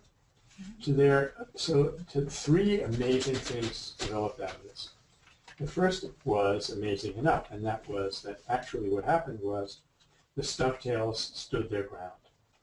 This is known as the stump-tail satyagraha in 1995. A rhesus monkey would jump up on a branch next to a stump-tail monkey and say in a Lower East Side Chicago accent, "Hey, get off of my branch." And the stump-tail would say, "I'm sorry, this is my branch." I would say, "First, I'm not moving. If you're really frustrated, you can bite my finger." Ouch. And after doing this for a while, this is the principle of self-suffering, vulnerability. After doing this for a while, the rhesus were not able to dislodge the stump-tail monkeys. The second thing is even more amazing than the first. The rhesus monkeys adopted stump-tail culture. So they went around saying, "I'm not getting off this branch, you can bite my finger." So the culture, actually the propagation, which the scientists expected would go in the other direction, it went in the direction of nonviolence to violence. So then the third amazing thing was to discover how long that would last after they re-separated the two communities. And guess what? It's still going on as of last time. So that through nonviolence, you can not only defend yourself more successfully than you can through violence, but you can create a robust culture which will affect the culture of others. Because remember, it was rhesus monkeys where they first discovered mirror neurons. And that it will be robust when you have discovered it. So that was one experiment, and I'd like to, now just to make sure I don't forget,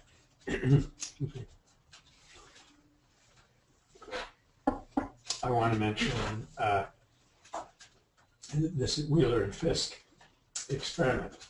The background here is if you take an experimental subject and sit him or her in front of a computer screen and flash a face on that screen, if the face is from a different race, the amygdala will be activated. And that will prime the person, propel the person into what they call a fight or flight response. So at this point, if you stopped science and said, we're doomed. We're wired for racism. But there were these two women, as it turns out, in Princeton who didn't like this and figured there's got to be a way around it. And they came up with an incredibly simple, incredibly brilliant experiment, which went like this. They would sit you down in front of the computer, and they would say, we're going to show you the face of a person, and the point of this study is to see if you can guess whether they like chai or herbal tea, or see if you can guess whether they like crunchy peanut butter or smooth peanut butter. And guess what? The result was dramatically to suppress that amygdala reaction. And now in our terms, it's not hard to explain why. They were thinking of that individual as a person, as an individual, not as a member of a labeled group. Yeah.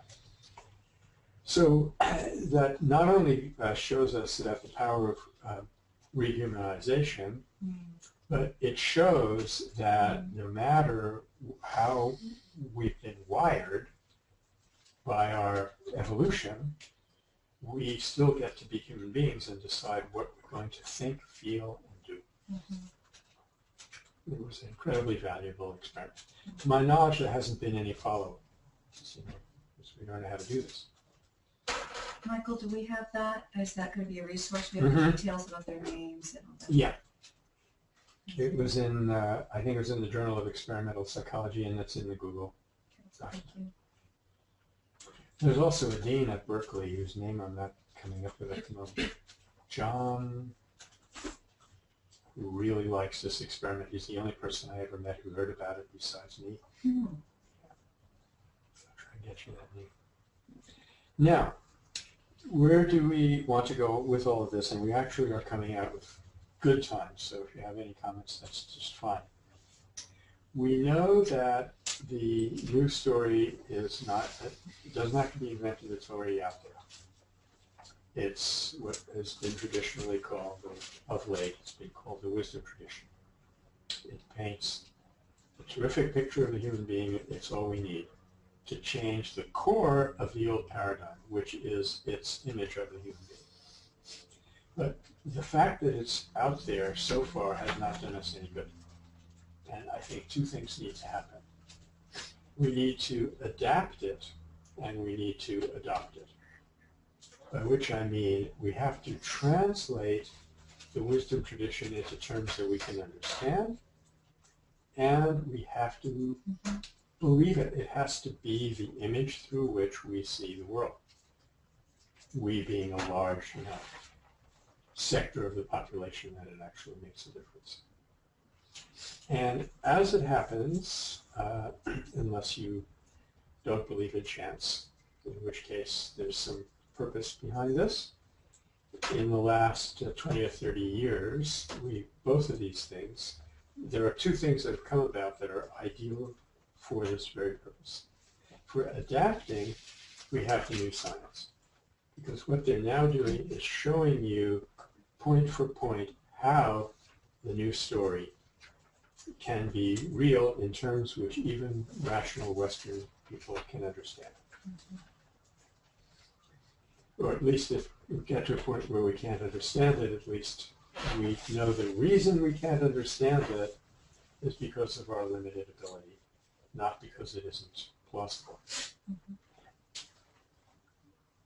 Can I pause here for 1 minute and tell you a joke? By all means. Wait. What It's did we been kind of, Yeah, can we say no? Yeah. you could, but it would be so dehumanizing. So this joke is really much better in German, but I'll say it in English. So just it's a Lutheran family in Germany, and the head of the family, the Pater Familias, has the habit of reading the Bible to the family every night before they have their meal. So he's reading the Bible, he's reading the Old Testament, and by mistake he turns over 2 pages at once. So he's reading, and Eve, the mother of all mankind, was 100 cubits long and 50 cubits wide and coated with pitch within and without. And he stops, he looks at the family staring at him, and he realizes their fate is hanging in the balance. He has to fix this for them. He says, children, Kinder, that Eve should be 100 cubits long and 50 cubits wide. This we can understand because she was the mother of all mankind. But that she's coated with pitch within and without, this we cannot understand. This we must believe. Das müssen wir glauben. So when you say that we adapt it and it's good because we have the new science, as I have a small science education, just a bachelor's degree, and I'm also a teacher by profession, and the lack of science education in our country is just the state is really, to me, a real concern. And people's fear of science. Yeah. Do you see that as a... It's tragic. It's a real impediment. It's just at the time when science was coming through for us beautifully, and we could use it in a humane way, the people that we most need to reach aren't even believing science anymore. And ironically, if they wanted to prove the existence of God and meaning in the universe, science is their best ally. And they've rejected it. So what are you going to do? I think I'm kind of working my way up to what we can do as individuals to try to suscitate this and get it working for us. I know even in my own life, I was kind of wound up to be a scientist. I was supposed to go to medical school. In a Jewish family, if you can't play the violin like Yasha Heifetz, you've got to go to medical school. That's the only way to save the family. And I clearly couldn't play like Yasha Heifetz. My mother could hardly teach me how to play the piano. So I was supposed to go to medical school, and at one point in my life, I rebelled rather violently against my father. Against the rationalism of science. And I remember being very excited and reading a book by a man, I remember to this day, J.W.N. Sullivan, The Limitations of Science. It was like a liberation for me. I broke through because the world that I lived in was not the world that scientists were describing at that time. But they were scientists, and as Willis Harman used to say, science is the knowledge validating system in our civilization. So if science says something is not true, it's going to be very hard to establish it as true. So I was stuck with this rationalistic idea that I had come about by accident, and there was no meaning to life, and there was really no fulfillment beyond immediate sensations. And I hated it. I was just squirming. And I know a young lady from a rather prestigious high school in Marin County, the really prestigious one. She became a very, very accomplished soccer player. And I asked her one time, in fact, she painted our Gandhi collage here. How did you happen to go in for soccer? And she said, in that school, they were cramming things into your head. Learn more facts, learn more facts, learn more facts. Nothing else about you was being developed. So everyone in my class either went in for drugs or sports. And I chose sports. So that's the kind of existential dilemma that I was going through, and that in my entire generation was going through.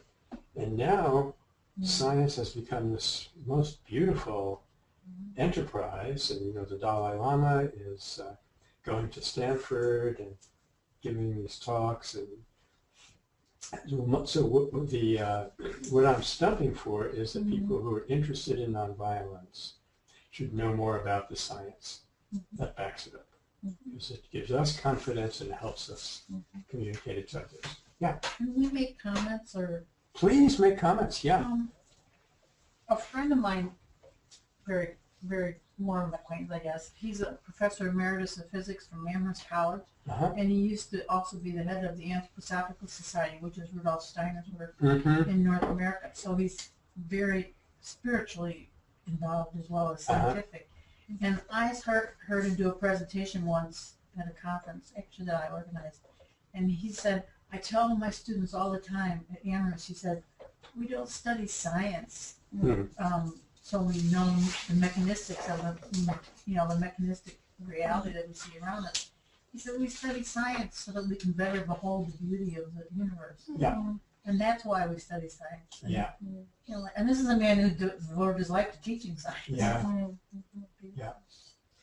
Well, fortunately, it's now very possible to do that. There's still a lot of reductionism in science, and they haven't quite faced up to it and whittled it away. But let me read you a parallel quote. This is from a woman named Barbara Fredrickson, who has a website called Love 2.0.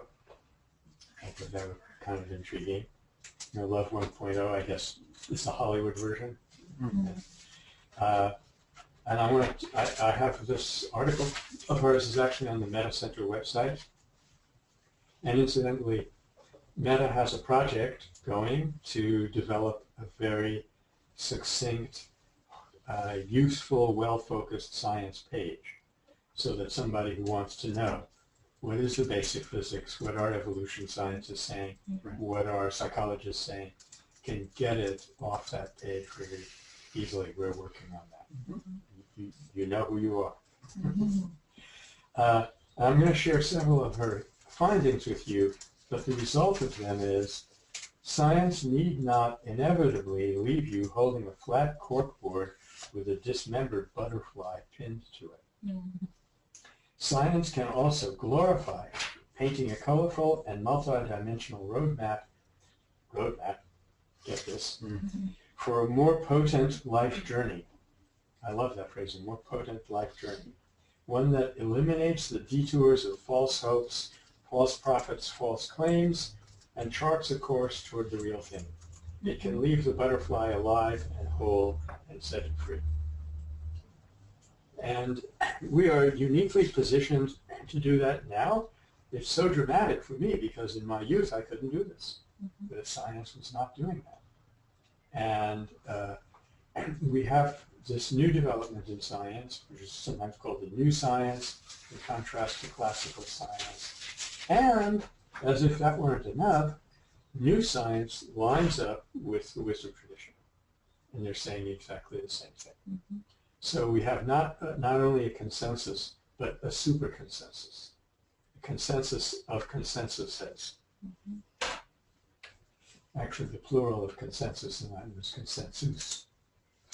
Don't tell me. Not consensi? No, that's not. Sounds horrible. Yeah, sorry, it's a different declension. I knew you'd know. Yeah. Yeah. I just wanted to make the comment that I think all the things that you're saying about how science is discovering or uncovering the mechanisms that are at work when people connect with each other or disconnect with each other, that's really cool. I'm also aware that connecting with another person, like empathically, and opening your heart to them as a human, seeing them as a human being, that's an emotional process, a spiritual process. It's not an intellectual process. So it isn't from understanding that these things exist that people will actually do those things. And so, and I don't think it's one thing. So I think there's huge value in breaking things down and studying them with science. And I think there's huge value in stuff that's mysterious, like spirituality and metaphysics. So I don't think it's one way, and I see that a lot in people that argue for one way or another. You know, no, it's this, no, it's not that. You know, it's not the pieces, it's the whole. It's not the whole, it's the pieces. Yeah. Which is why our friend Houston Smith, who I mentioned before, one of his mantras was, "The universe can count higher than two." Right. Because so many people go around saying either or, and it's inappropriate. Yeah. You know, there is such a thing as either or in some contexts, but they use it everywhere. It's quite inappropriate. Well, but the reason that your comment was perfect, because that's exactly what I'm going to go over to next, is that, okay, all science can do for us is to help us decode the wisdom tradition. And that, that's a lot. But it can't make us adapt it, believe it, practice it. So in addition to adapting the wisdom tradition, we need to adopt it. And ta-da, drum roll please. This is where nonviolence comes in. I would describe nonviolence as new politics, just as new science is the new paradigm version of classical science. Nonviolence is the new paradigm version of how you do politics in the world, on any level, from the smallest to the largest. Okay. There's a request from the one. This is a very strong microphone, and so if you want to hum an agreement, then please note that it's making a very loud noise on the microphone. Oh. Yeah. Sorry about that. That's really an awkward thing to say. Yeah, it's too bad. There you go. I said it for you, people. Thanks. Thanks for the comment. We'll work on the microphone later, but so if people would just smile, that would be enough. So another, let me quickly see where I was going with the next slide for you. Yeah, okay. A couple of the findings that Barbara Fredrickson has come up with, because what I'm trying to build up from the physics is to the evolution to the primate behavior. What she does is study the effect of positive emotions which love, of course, certainly is one. And one of her findings is very interesting, that, okay, when you have a positive emotion, certain things happen in your body. Among them, the hormone oxytocin is released, and the hormone, what's the stress hormone? Cortisol is suppressed. Now, of course, if you're trying to look at the new world with old glasses, you say, it's the hormone that causes the emotion. We are way past that.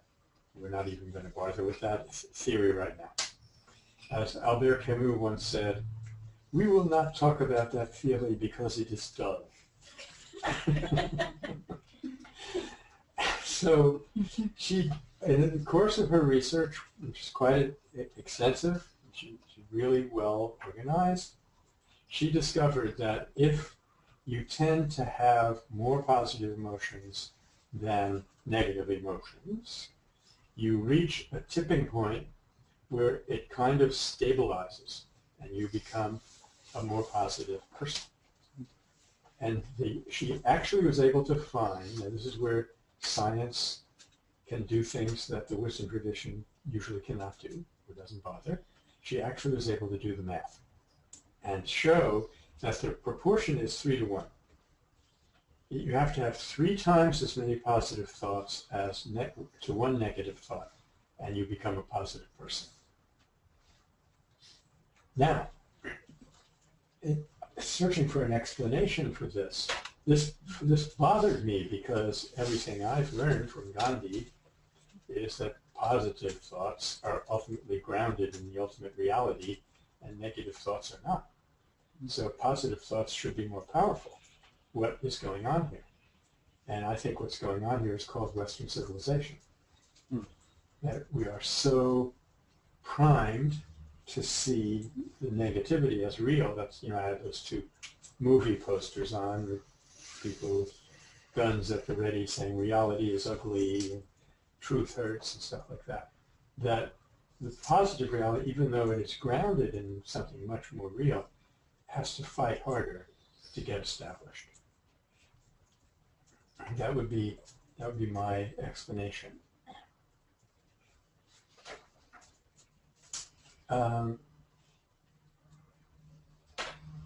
Yeah, I think I've reached a point where... Whose research are you talking about? Yeah, her name is Barbara Fredrickson, and she's from North Carolina. Some of my favorite people are from North Carolina. I don't know why. Yeah, and we have if you look up, her article is called Love 2.0 is in the title, and it's on the Meadow Center website.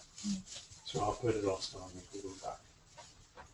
Another finding, this lovely hormone oxytocin is a key factor in the whole mammalian world in what she calls the calm and connect response, which is a distinct cascade of brain and body responses contrasted to the far more familiar fight or flight response. Once again, we find this paradox created by our old paradigm that we picked up on the wrong end of the stick and are much more familiar with the negative to the point where some of us have stopped believing in the positive, which is actually a heresy in terms of Catholic teaching. It's called Manichaean heresy. Now you're going to love this one. I know what you're thinking. You've loved the whole thing, so what's so different? Oxytocin can also jump the gap between people. Another person's oxytocin flow can trigger your own. Isn't that wonderful? And how does this happen? It doesn't mean that oxytocin molecules, fly through the ether, land in your cortex somewhere. It means your mental state is picked up by the mirror neurons of the other person. So we're really beginning to kind of piece together the entire pathway of how human unity happens and how nonviolence works. I think women knew that. Women knew that. Long time. So You know, the fact that you can name it is kind of cute. It's not. The only value in being able to name it, I suppose, the only real value is I'm now thinking of William Empson as a literary critic, and because my original career was in literature. And he said the role of a critic is to fix impressions by naming them. Okay, so there are some people who they're content with the fact that they know that they can commune with another person, and that's all that they need, and God bless it. More power to them. I hope I become more like that as my spiritual practice goes on. But there are some people, they need to understand it, then they can believe it. You know, it was one of the church fathers, Tertullian, I think, who said, "Credo ut intellegam." I believe this in order to understand it. I guess that's the opposite. Okay, but there was a person who went to India in the early days, and he was talking to one of these sages who was explaining things to him, and the sage would every now and then say, you know, but understanding it is not significant, it doesn't help that much. So why are you explaining it to me? And he said, because there are some people who will not believe it until they understand it. So, and we're going to meet people like that. We may not be like that ourselves, but if we are able to articulate the whole story, we will be more powerful in changing the paradigm. So I want to share with you an experience I had this morning driving over here, actually. It's a type of experience that's called in German an Aha-Erlebnis. Here's an aha experience. My actual paid work that I did was as a classics professor, and I was a specialist in Homer. And within the poems of Homer, I focused particularly on the Odyssey. Many people have said that they could understand why, given my personality, but be that as it may, I noticed a lot of things about the Odyssey that people hadn't noticed, and some of them made me slightly famous. That's about as much good as it did me. It inflamed my ego and all the rest of it. But one thing that I've noticed that people never picked up on, so there's a famous scene in which Odysseus has come back to his home after 20 years of wandering. The only creature that recognizes him is his dog. His dog Argo recognizes him and dies of ecstasy on the spot. He has to show his son a scar to show him that, yeah, it's me. Maybe the boy was a child when he left. And then, of course, the critical thing is his wife going to recognize him? So they have a long conversation. It's beautifully done. I mean, it tells how to read this in Homeric Greek is really a really sublime experience. And she claims to believe him, but she has another trick up her sleeve. I mean, the equivalent. They don't have sleeves, but whatever. She says, "Okay, now I know it's you. Let's go to bed," which is Love 1.0. And let's take our bed out on the porch because it's so nice there. And he says, "Gune, woman, what are you talking about? You know perfectly well that the bed is fastened to a living tree, and we cannot move it out on the porch." So everybody who reads the poem sees that, okay, there was this token, but the token has a meaning. And the meaning is that what Odysseus is doing is he's validating his authority in the social order. He has to do that because he just killed about 40 of his own people. And he has to show that he was the right person to do that. And the way that he does it is to show that his order that he's building is rooted in nature. That gives it a tremendous validity. You can't argue with this. This is nature. So now you remember Ram Dass's comment that the spiritual unfolding is our natural path. So a lot depends on what you think nature is, right? Because if consciously or unconsciously you think that your capacities and your potential are defined and determined by nature. And we all think this, and we're not wrong. A lot depends on what you think nature is.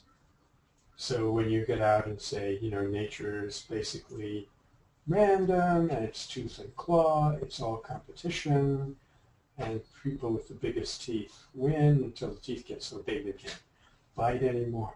They become extinct, like the U.S. Air Force. If that's what you think nature is, it's going to be very, very difficult to believe and explain to other people that nonviolence is possible. Without being able to convince them of that, nonviolence is not going to grow, and we will not be able to get the new story established. So that, I think, is the value of going out and familiarizing ourselves with what we already intuitively know to be true, that we have an incredible capacity for nonviolence. And when we act nonviolently, we are resonating with something that's very, very deep in human nature.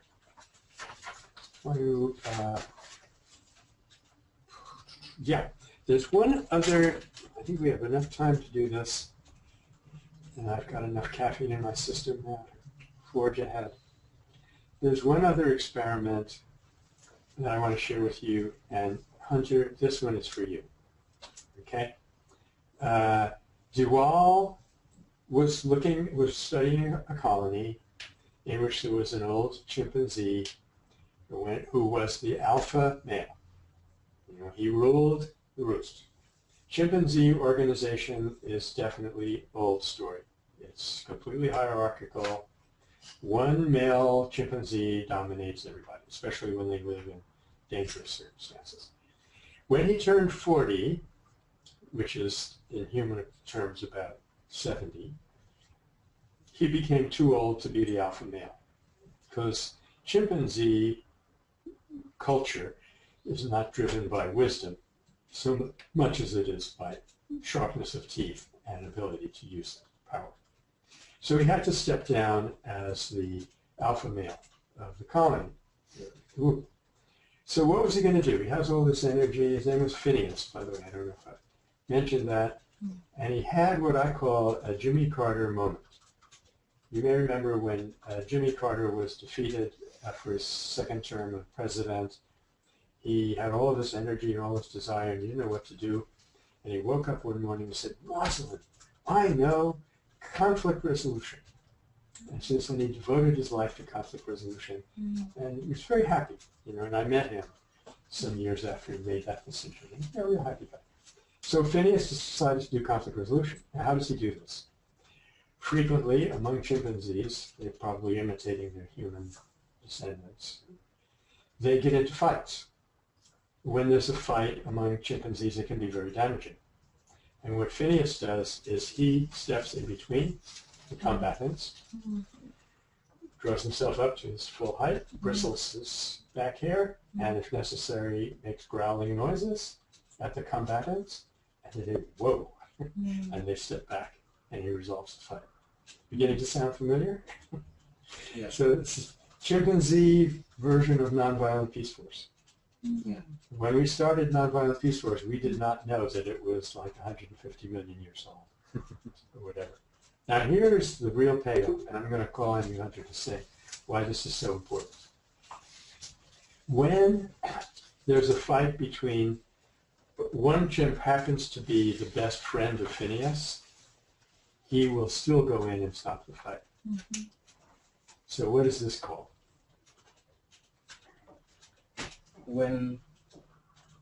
Yeah, so in other words, normal chimpanzee behavior. Let's say Simon and you are having a fight, which is not very likely in this context, but let's say you are. Yeah. And let's say I really like you a lot and I don't like Simon very much, which also is absolutely absurd. But let's just say, if I intervene, what am I going to do? I'm going to roll up my sleeves and join you against him. Yeah.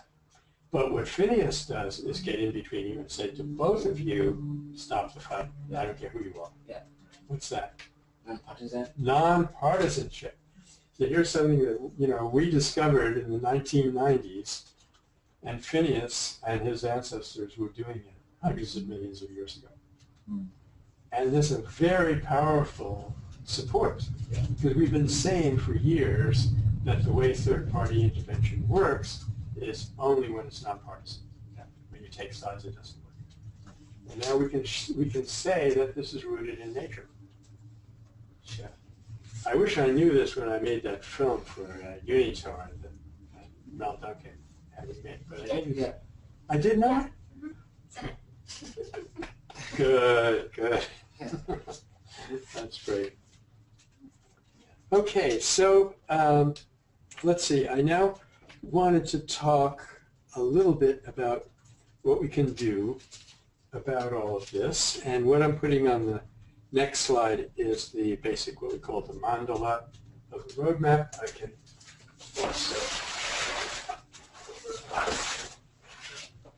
also share it here. And if one of our coworkers gets here on time, we have some brochures that will talk about this. And what I want to talk about in particular today is the core, the central circle, which is about what the individual can do. So watch the slide for a moment. We're going to have another high-tech moment here. I didn't do this myself, but here we go.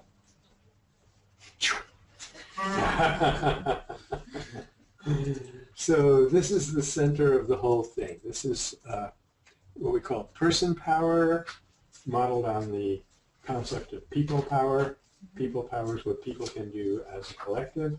Person power is what a person can do as an individual. Avoid the mass media. Look at that one. Yeah, actually we put it in different terms here, but free yourself from corporate media or avoid the mass media. That's pretty obvious. Incidentally, psychologists have a concept these days which is called priming. And what that means is when Wheeler and Fisk ask this person, what kind of coffee does this guy like, they're priming you to have a certain set of responses. They have shown that even 18-month-old children, if you show them little dolls that are facing each other as opposed to dolls that are turned away from each other, they are primed to be more cooperative. So the investigator comes in and accidentally drops a box of pencils. The children, 18 months old, can you imagine? The children will help, they'll be more likely to help than if they've seen the two little dollies facing opposite directions. So this priming goes on all the time. And what we can think of the corporate media as being absolutely the worst possible priming.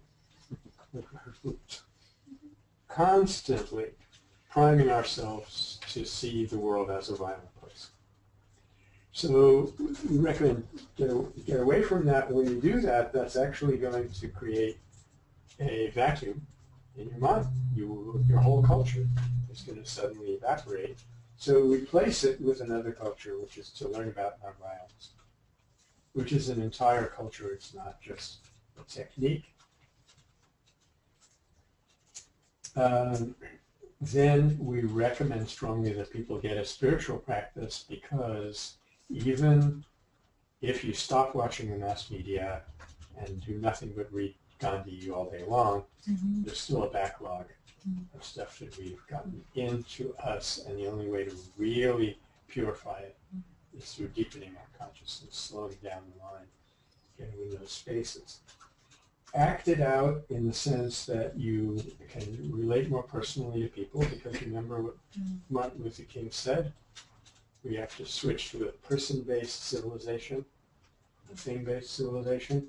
The way to do that is to interact more with people. And there was an interesting study in one of these families where they asked them to not watch television for a period of time, 2 weeks or something, and then they said, what did you find? And to their amazement, they found that they had more fights. And that's at first that's counterintuitive, but not to NBC people, because they know what's going on. You've been suppressing all of your difficulties with this like drug, this plug-in drug. And when you stop suppressing it, it comes out. But then once they came out, they were able to resolve it. And then they emerged on a much higher plateau. with much deeper relationships with one another. Now, finally, in the first version of this, we say, get active, find your passion, but good passion. More recently, we've been encouraging people to tell the story, tell the new story wherever they go. And to do that, we've simplified it, and this won't be on this chart, it'll be on the slide. Oh, I'm going to lead up to it. This is a beautiful image of Gandhi, who is obviously in a very deep state of meditation. He was at a, quote, prayer meeting, but when he was at a prayer meeting, he sunk into a very, very deep state of consciousness. And I maintain that that's what allowed him to hit upon this incredible idea of picking up a pinch of salt, March 31, 1931, and bringing down the British Empire with a single gesture. Incredibly brilliant thing. He knew how to light on that idea and how to expand it into an entire movement. I think that wisdom came from what he was able to contact within himself. If you see the Gandhi movie, which is recommended that we do that before the third session of our course, Attenborough, I shouldn't say this about him because he recently passed on, but he did it in a much more corny way where he was sitting on the seashore, smelling the salt, and suddenly he has an aha moment. But however it actually came about, it was the depth of his insight that allowed him to do that. And it's also that spiritual practice that he had that enabled him to win people over in such an incredible way. The women that you see him with here are people that he actually put out of work. These are Lancashire mill hands. And by boycotting British cloth, he put those people out of work. So when he went to London in 1931, his handlers told him, don't go to Lancashire. People are very angry with you up there. We can't vouch for your security if you go up there. He said, book me on the next train. And he went there immediately. That's what he was like. And he talked to these people for about an hour. And then they said, we understand you now. And I call this the Ip Ip Hooray scene, because it's hooray for Gandhi. So here are our charka points. Now, they used to call, in PowerPoint language, they used to call these bullet points, but that's much too violent. So we're calling these little spinning wheel points, charka points. Our human dignity rests upon the fact that we are body, mind, and spirit. All three of these, as the Bible would say, but the greatest of these is spirit. And because we are spirit, we are interconnected. We have what Thich Nhat Hanh calls interbeing, so that you cannot hurt another person without hurting yourself. And incidentally, mirror neurons have now weighed in on this, so that when you think that you're just hurting another person and you're not sharing that experience, you're wrong. Because actually you're participating in that suffering. And on the positive side, when a person, when you're not jealous of a person who's happy, you participate in that happiness. And so on. The second point is that we cannot possibly be determined even by oxytocin. If I were to be determined by anything, I would want it to be oxytocin, but it would not be a good idea. You know these experiments where they put an electrode in a rat's brain and they stimulate the pleasure response every time it pushes a bar, and the rat will actually starve to death because all it's really after is pleasure, not food. And you can even get human beings to operate on that level if you're clever enough. So, but the fact is that as human beings, we always have freedom of choice on some level. It may be dormant, but we can always enliven it, bring it back. And that gives us, of course, the responsibility for our own destiny. In restorative justice, which is the new story equivalent of the criminal justice system that we have, it's interesting that the first thing they do for perpetrators, people who have offended, is not go and put their arm around them and say, it's all right, don't worry, you didn't do anything wrong. The first thing they do is, you have to accept the fact that you hurt another person. This is a mistake. And actually, on a deeper level, owning up to that in a safe environment is much healthier than somebody telling you you're okay, it doesn't matter what you did. Okay, and thirdly, that we have inner resources of love and wisdom and so forth, so that we do not have to purchase joy from the outside, and you can imagine what this does for the environment, because we know we're destroying it very quickly in order to fill our need in a way that can't possibly be filled. And finally, it makes the nonviolence effect possible. So our ability to act nonviolently and our ability to react to nonviolence when it's offered to us is entirely dependent on this new image of who we are and the fact that, as the bumper sticker says, we're spiritual beings having a human experience. Okay, well, I actually believe that was the end of the slide tree. Yeah, I just wanted to, a word from our sponsor. With that picture of Gandhi here. Can you give us a sense of where you're going to go with the next lecture, so we can anticipate that? Yeah.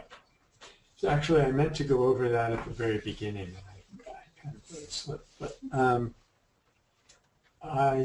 here's how the course is going to unfold. In the next talk, I want to do two things. The kind of the general theory of nonviolence. So, what is this animal? Where to look for it? How to evaluate it?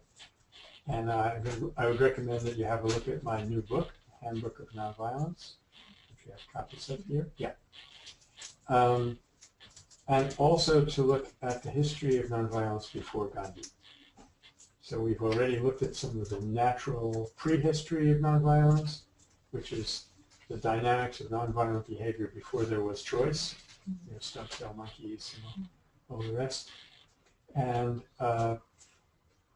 then the history of some events, in the ancient world, and the need for why it was so important that humanity discovered monotheism, discovered all around the world, and is not intuitively obvious to us why it's so important, and establish the fact that the great wisdom tradition teachers, the wisdom teachers, like Jesus, were completely nonviolent. As Gandhi once said, the only people who don't know that Jesus was nonviolent are the Christians. And you can see why. It's sort of inconvenient for them. And then the readings, too? Oh, the readings actually haven't been posted yet. Okay. I'm sorry about that. This will be a little bit late, and actually probably there'll be too much for you to catch up on, but I'll try to make the next ones, get the next ones in sooner. Yeah. And anyhow, remember, you're not being graded.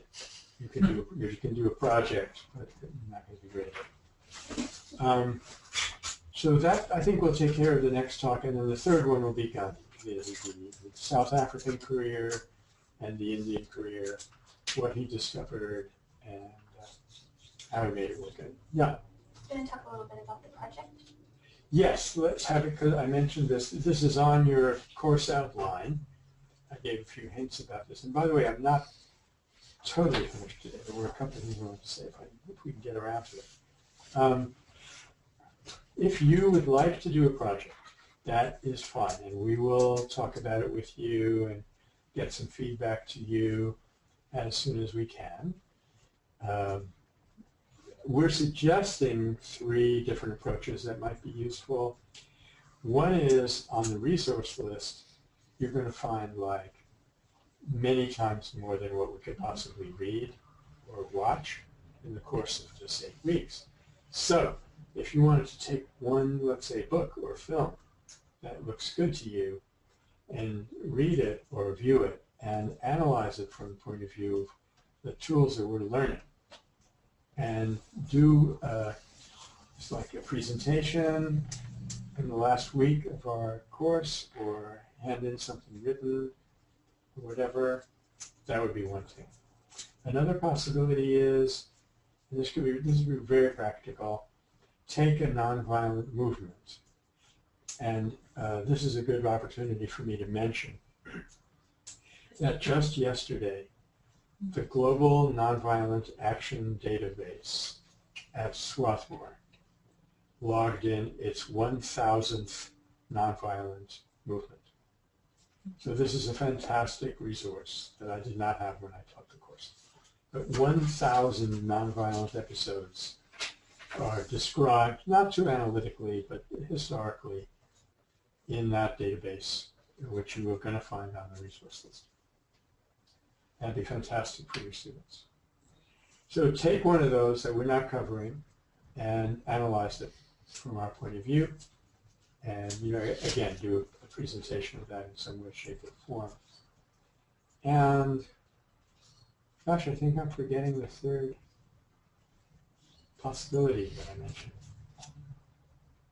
I think it was to take a current conflict. Yeah. Take a current conflict and tell us about it and analyze it. Like, for example, one of the ways that we got into Roadmap was to see that Occupy had started at the wrong end. And, it started with resistance, hit a brick wall, and then they found their way into constructive program. And by the way, there's a beautiful rhythm to this which we didn't even realize at the time. In person power, you're working on yourself. In constructive power, you're working with your friends. And in satyagraha, you're working against your opponents. So there's an expansion. And if it goes out in that way, then when you do have to fight people, you're doing it from a position of strength. Okay, so there were a couple of things that I wanted to say a little bit about, but I'm really keener to know if you have any comments either in the World Wide Web or here, because we've actually covered quite a bit. Conceivably, part of what I said you don't believe, and this is a nonviolence course, so you've got to be able to say that. Here's one from Carol Bragg. In Satyagraha, in a sense, we are working with our opponents, not against them? Of course. Even as I was saying that, part of me in the hippocampus was saying, somebody's going to call you on that. Thank you, Carol. That's absolutely true. You're working with your opponent to elicit their better judgment, but you're working against their project. Yeah. No, just because you have shown me the roadmap like a year ago, and we have been trying to use it. And in fact, to the point where because once you start studying nonviolence, you see it within the movements, themselves, and trying to, a group of us, formed a study group to study nonviolence ourselves and to come upon a joint agreement of what it is, and so that we can all act in a unified way. Yeah. And what we have discovered is the importance of, in learn about nonviolence and be personal with everyone, is that the study of nonviolent communication is really, really important. Combining with meditation, because it's like meditation gives you like the ability to pause and to stop yourself from being violent, but then nonviolent communication really helped increase the ability to be able to respond empathetically. Yeah. Well, there are people in this room who would not disagree with you. I am among them. And I think this is one of the beautiful and creative and exciting things that's happening, is we're beginning to find these other pieces of the puzzle and put it together. Now, as to the question how Roadmap can help us in movement, I think the first thing that it does, just by existing, is give you the idea that even though you're working on renewable energy and I'm working on nonviolent peace force, we're part of the same operation. So that's one thing, and that's extremely encouraging, because that means if my project fails, it doesn't mean that the revolution is over. It means that it'll succeed in another way, and eventually we'll pick up on that too. The second way is we have a tool on the web which is enabling people now to communicate with one another and find other people, let's say, who are working in this peace area, and that's almost ready. So this week, next week now, we're going to actually contact people who are interested and have them try it out with us. So maybe we'll just float a list around and you can put your name on it, like you get one of these letters. Thirdly, and most dramatically is the brochures are walking in the door now, so to speak.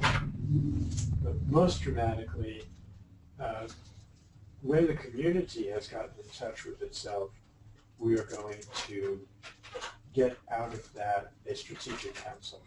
And they're going to come up with a 500-year plan. The new paradigm, what's it going to look like? What do we need to do in 400 years? What do we need to do in 300 years? What do we need to do today to make that happen? And obviously, I don't know that. Obviously, we're not going to insist that you drop whatever you're doing and jump on board with the going strategy, but you'll have that option, and at least will put us all in a concerted framework. Okay, so we have 15 more minutes. We can stop here. Yeah, I have a question. Yeah. One of the things that you're suggesting for people to do personally is to avoid mass media. Yep. But I assume that you do think it's a good idea to be connected with some kind of information flow about what's happening in the world. Yeah. Cut yourself off from Yeah. information. So do you have some suggested sources of information that you recommend for people who want to consume less mainstream media but don't know where to go to stay connected to what's going on? I used to jump on that question immediately and say, oh, yes, we have, and then I would list off 4 or 5 alternative sources, but I'm becoming a little disillusioned with that because they're all about finger pointing and how bad it is. And maybe 1 out of 100 articles will be, look at what happened in South Sudan when Derek and Andres saved these people, and we're going to talk about that, in due course. How did they do it? What does it mean? So you don't even have the raw data, much less the analysis going on. And so I don't know what to say, except to say that I think in the worst case, where you cut yourself off from the mainstream media, I don't think you'd really be all that bad off in terms of what's happening. Yeah. Popular Resistance has a really good newsletter that sums up all of the work happening in this kind of one feed. Yeah. And they do a lot of filtering in terms of this is constructive program, this is resistance, this is good. And they immediately give people things that they can do because it helps to kind of build movements. So you really get a really good sense. But then also websites like Nonviolent Peace Force and organizations, they have in the field updates that you're not going to find in the mainstream media. That's very true. In fact, I recommended to Nonviolent Peace Force a long time ago that in their newsletter they should have a section that would be dedicated to the movement as a whole, not just what's going on in NP. And the brochures that you're about to get will have Meta's logo in a given part of that brochure. And if you wanted to download a version of it online, we have a version which is blank in that part of the brochure. So let's say NP wanted to adopt Roadmap to be a participating organization, they could put NP's logo and their information in that slot. Waging Nonviolence. Waging Nonviolence is a good source for what's going on positively. I would say, why don't we do this? Because Meta is actually working on this. Why doesn't everybody look around for places where there actually are glimpses of the news story on a publicly available medium? Would you say Yes Magazine would be a Yes source? Magazine is actually a darn good example. What was the one that you mentioned? popularresistance.org. You can get it. They'll put you on a newsletter. There's also Peace Paradigm Radio. Yeah. Yes, I imagine. I forgot. There's a weekly nonviolence Bi-weekly. in the news. Yesterday, it's weekly now in some places. Yeah, and I mean, I was really asking about not just how do you track what's going on with nonviolence, but how do you track information in the world. But hopefully that's looking through a lens that's less right, wrong, blaming than mainstream media. See, I think that's an interesting question, though, too, right? Because nonviolence is what's happening in the world. It's just a different lens on it. Right. Mm-hmm. So it's not the story of That's true. that they're telling you to having you tell us the grassroots story is being told. What I would think is probably really missing, and what we can really weigh in with, is the human nature element of the story. Because even when they tell about good projects going on and how they succeed, what struggles they go through, they don't say this is succeeding because of this innate capacity in human beings, which is now demonstrated by every field of science and has always been proposed by the wisdom tradition and so forth. So the two things that I was going to talk about, but I think we can put them off till next time, are a little bit of insight that we've gotten into how paradigms shift, is very useful stuff, and also with new forms of organization. If that last part is particularly interesting to you, there's a book called The Starfish and the Spider by two young fellows, one of whom was a PACS major. Yay. The reason for the title is if you cut off, pardon my image here, but if you decapitate a spider, it dies. But in the case of the starfish, if you cut off one of its 5 limbs, it will regenerate another limb. In fact, there is even a type of starfish where if you cut off one limb, the limb will regenerate the rest of the starfish. So we're looking at organizations that are not so centralized that they totally depend on one element in order to exist. So there are some surprising findings in that book. It's really well presented because PACS majors are very small. You kind of give me a hug? Hi, sweetie pie. Nice to see you.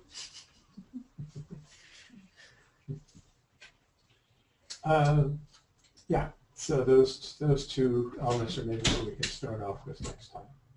And I'll be mentioning some books.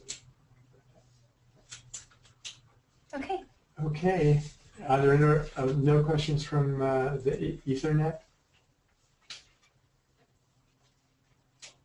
Thank you. Oh, they're saying thank you. That just fires up all my mirror neurons. You're very welcome. Do you want to say goodbye to everyone? Bye, everyone, until next week at this time. If you have any comments, questions in the meantime, you know where to send them in to us, and we'll make lots of space to deal with that. And online people also said they're going to create new with all of us as well with this resource list they're going to help. Yes, the online people will also help with the resource list, I once spent a lot of time trying to support a project that was called Positive Network News or something like that. The only trouble was, in order to launch this, the person needed to raise like $120 million. You ever get that feeling that you're in an airplane and it's taxiing down the runway and it doesn't have enough speed to get over the trees? Yeah. So eventually it ended. That's when I swore I would never again be involved in a project that depended on me raising a lot of money in order to happen. Rather than go incrementally. So, people, it's probably quite obvious how much I've enjoyed this conversation. This little house is a nest of some awfully good ideas. The roadmap was refined here in think tank conversations. So, happy to hear from you, any kind of feedback that you have during the week. And our next Hope Tank is next Friday, right? See some of you there. and let's adjourn and go out on the porch and have some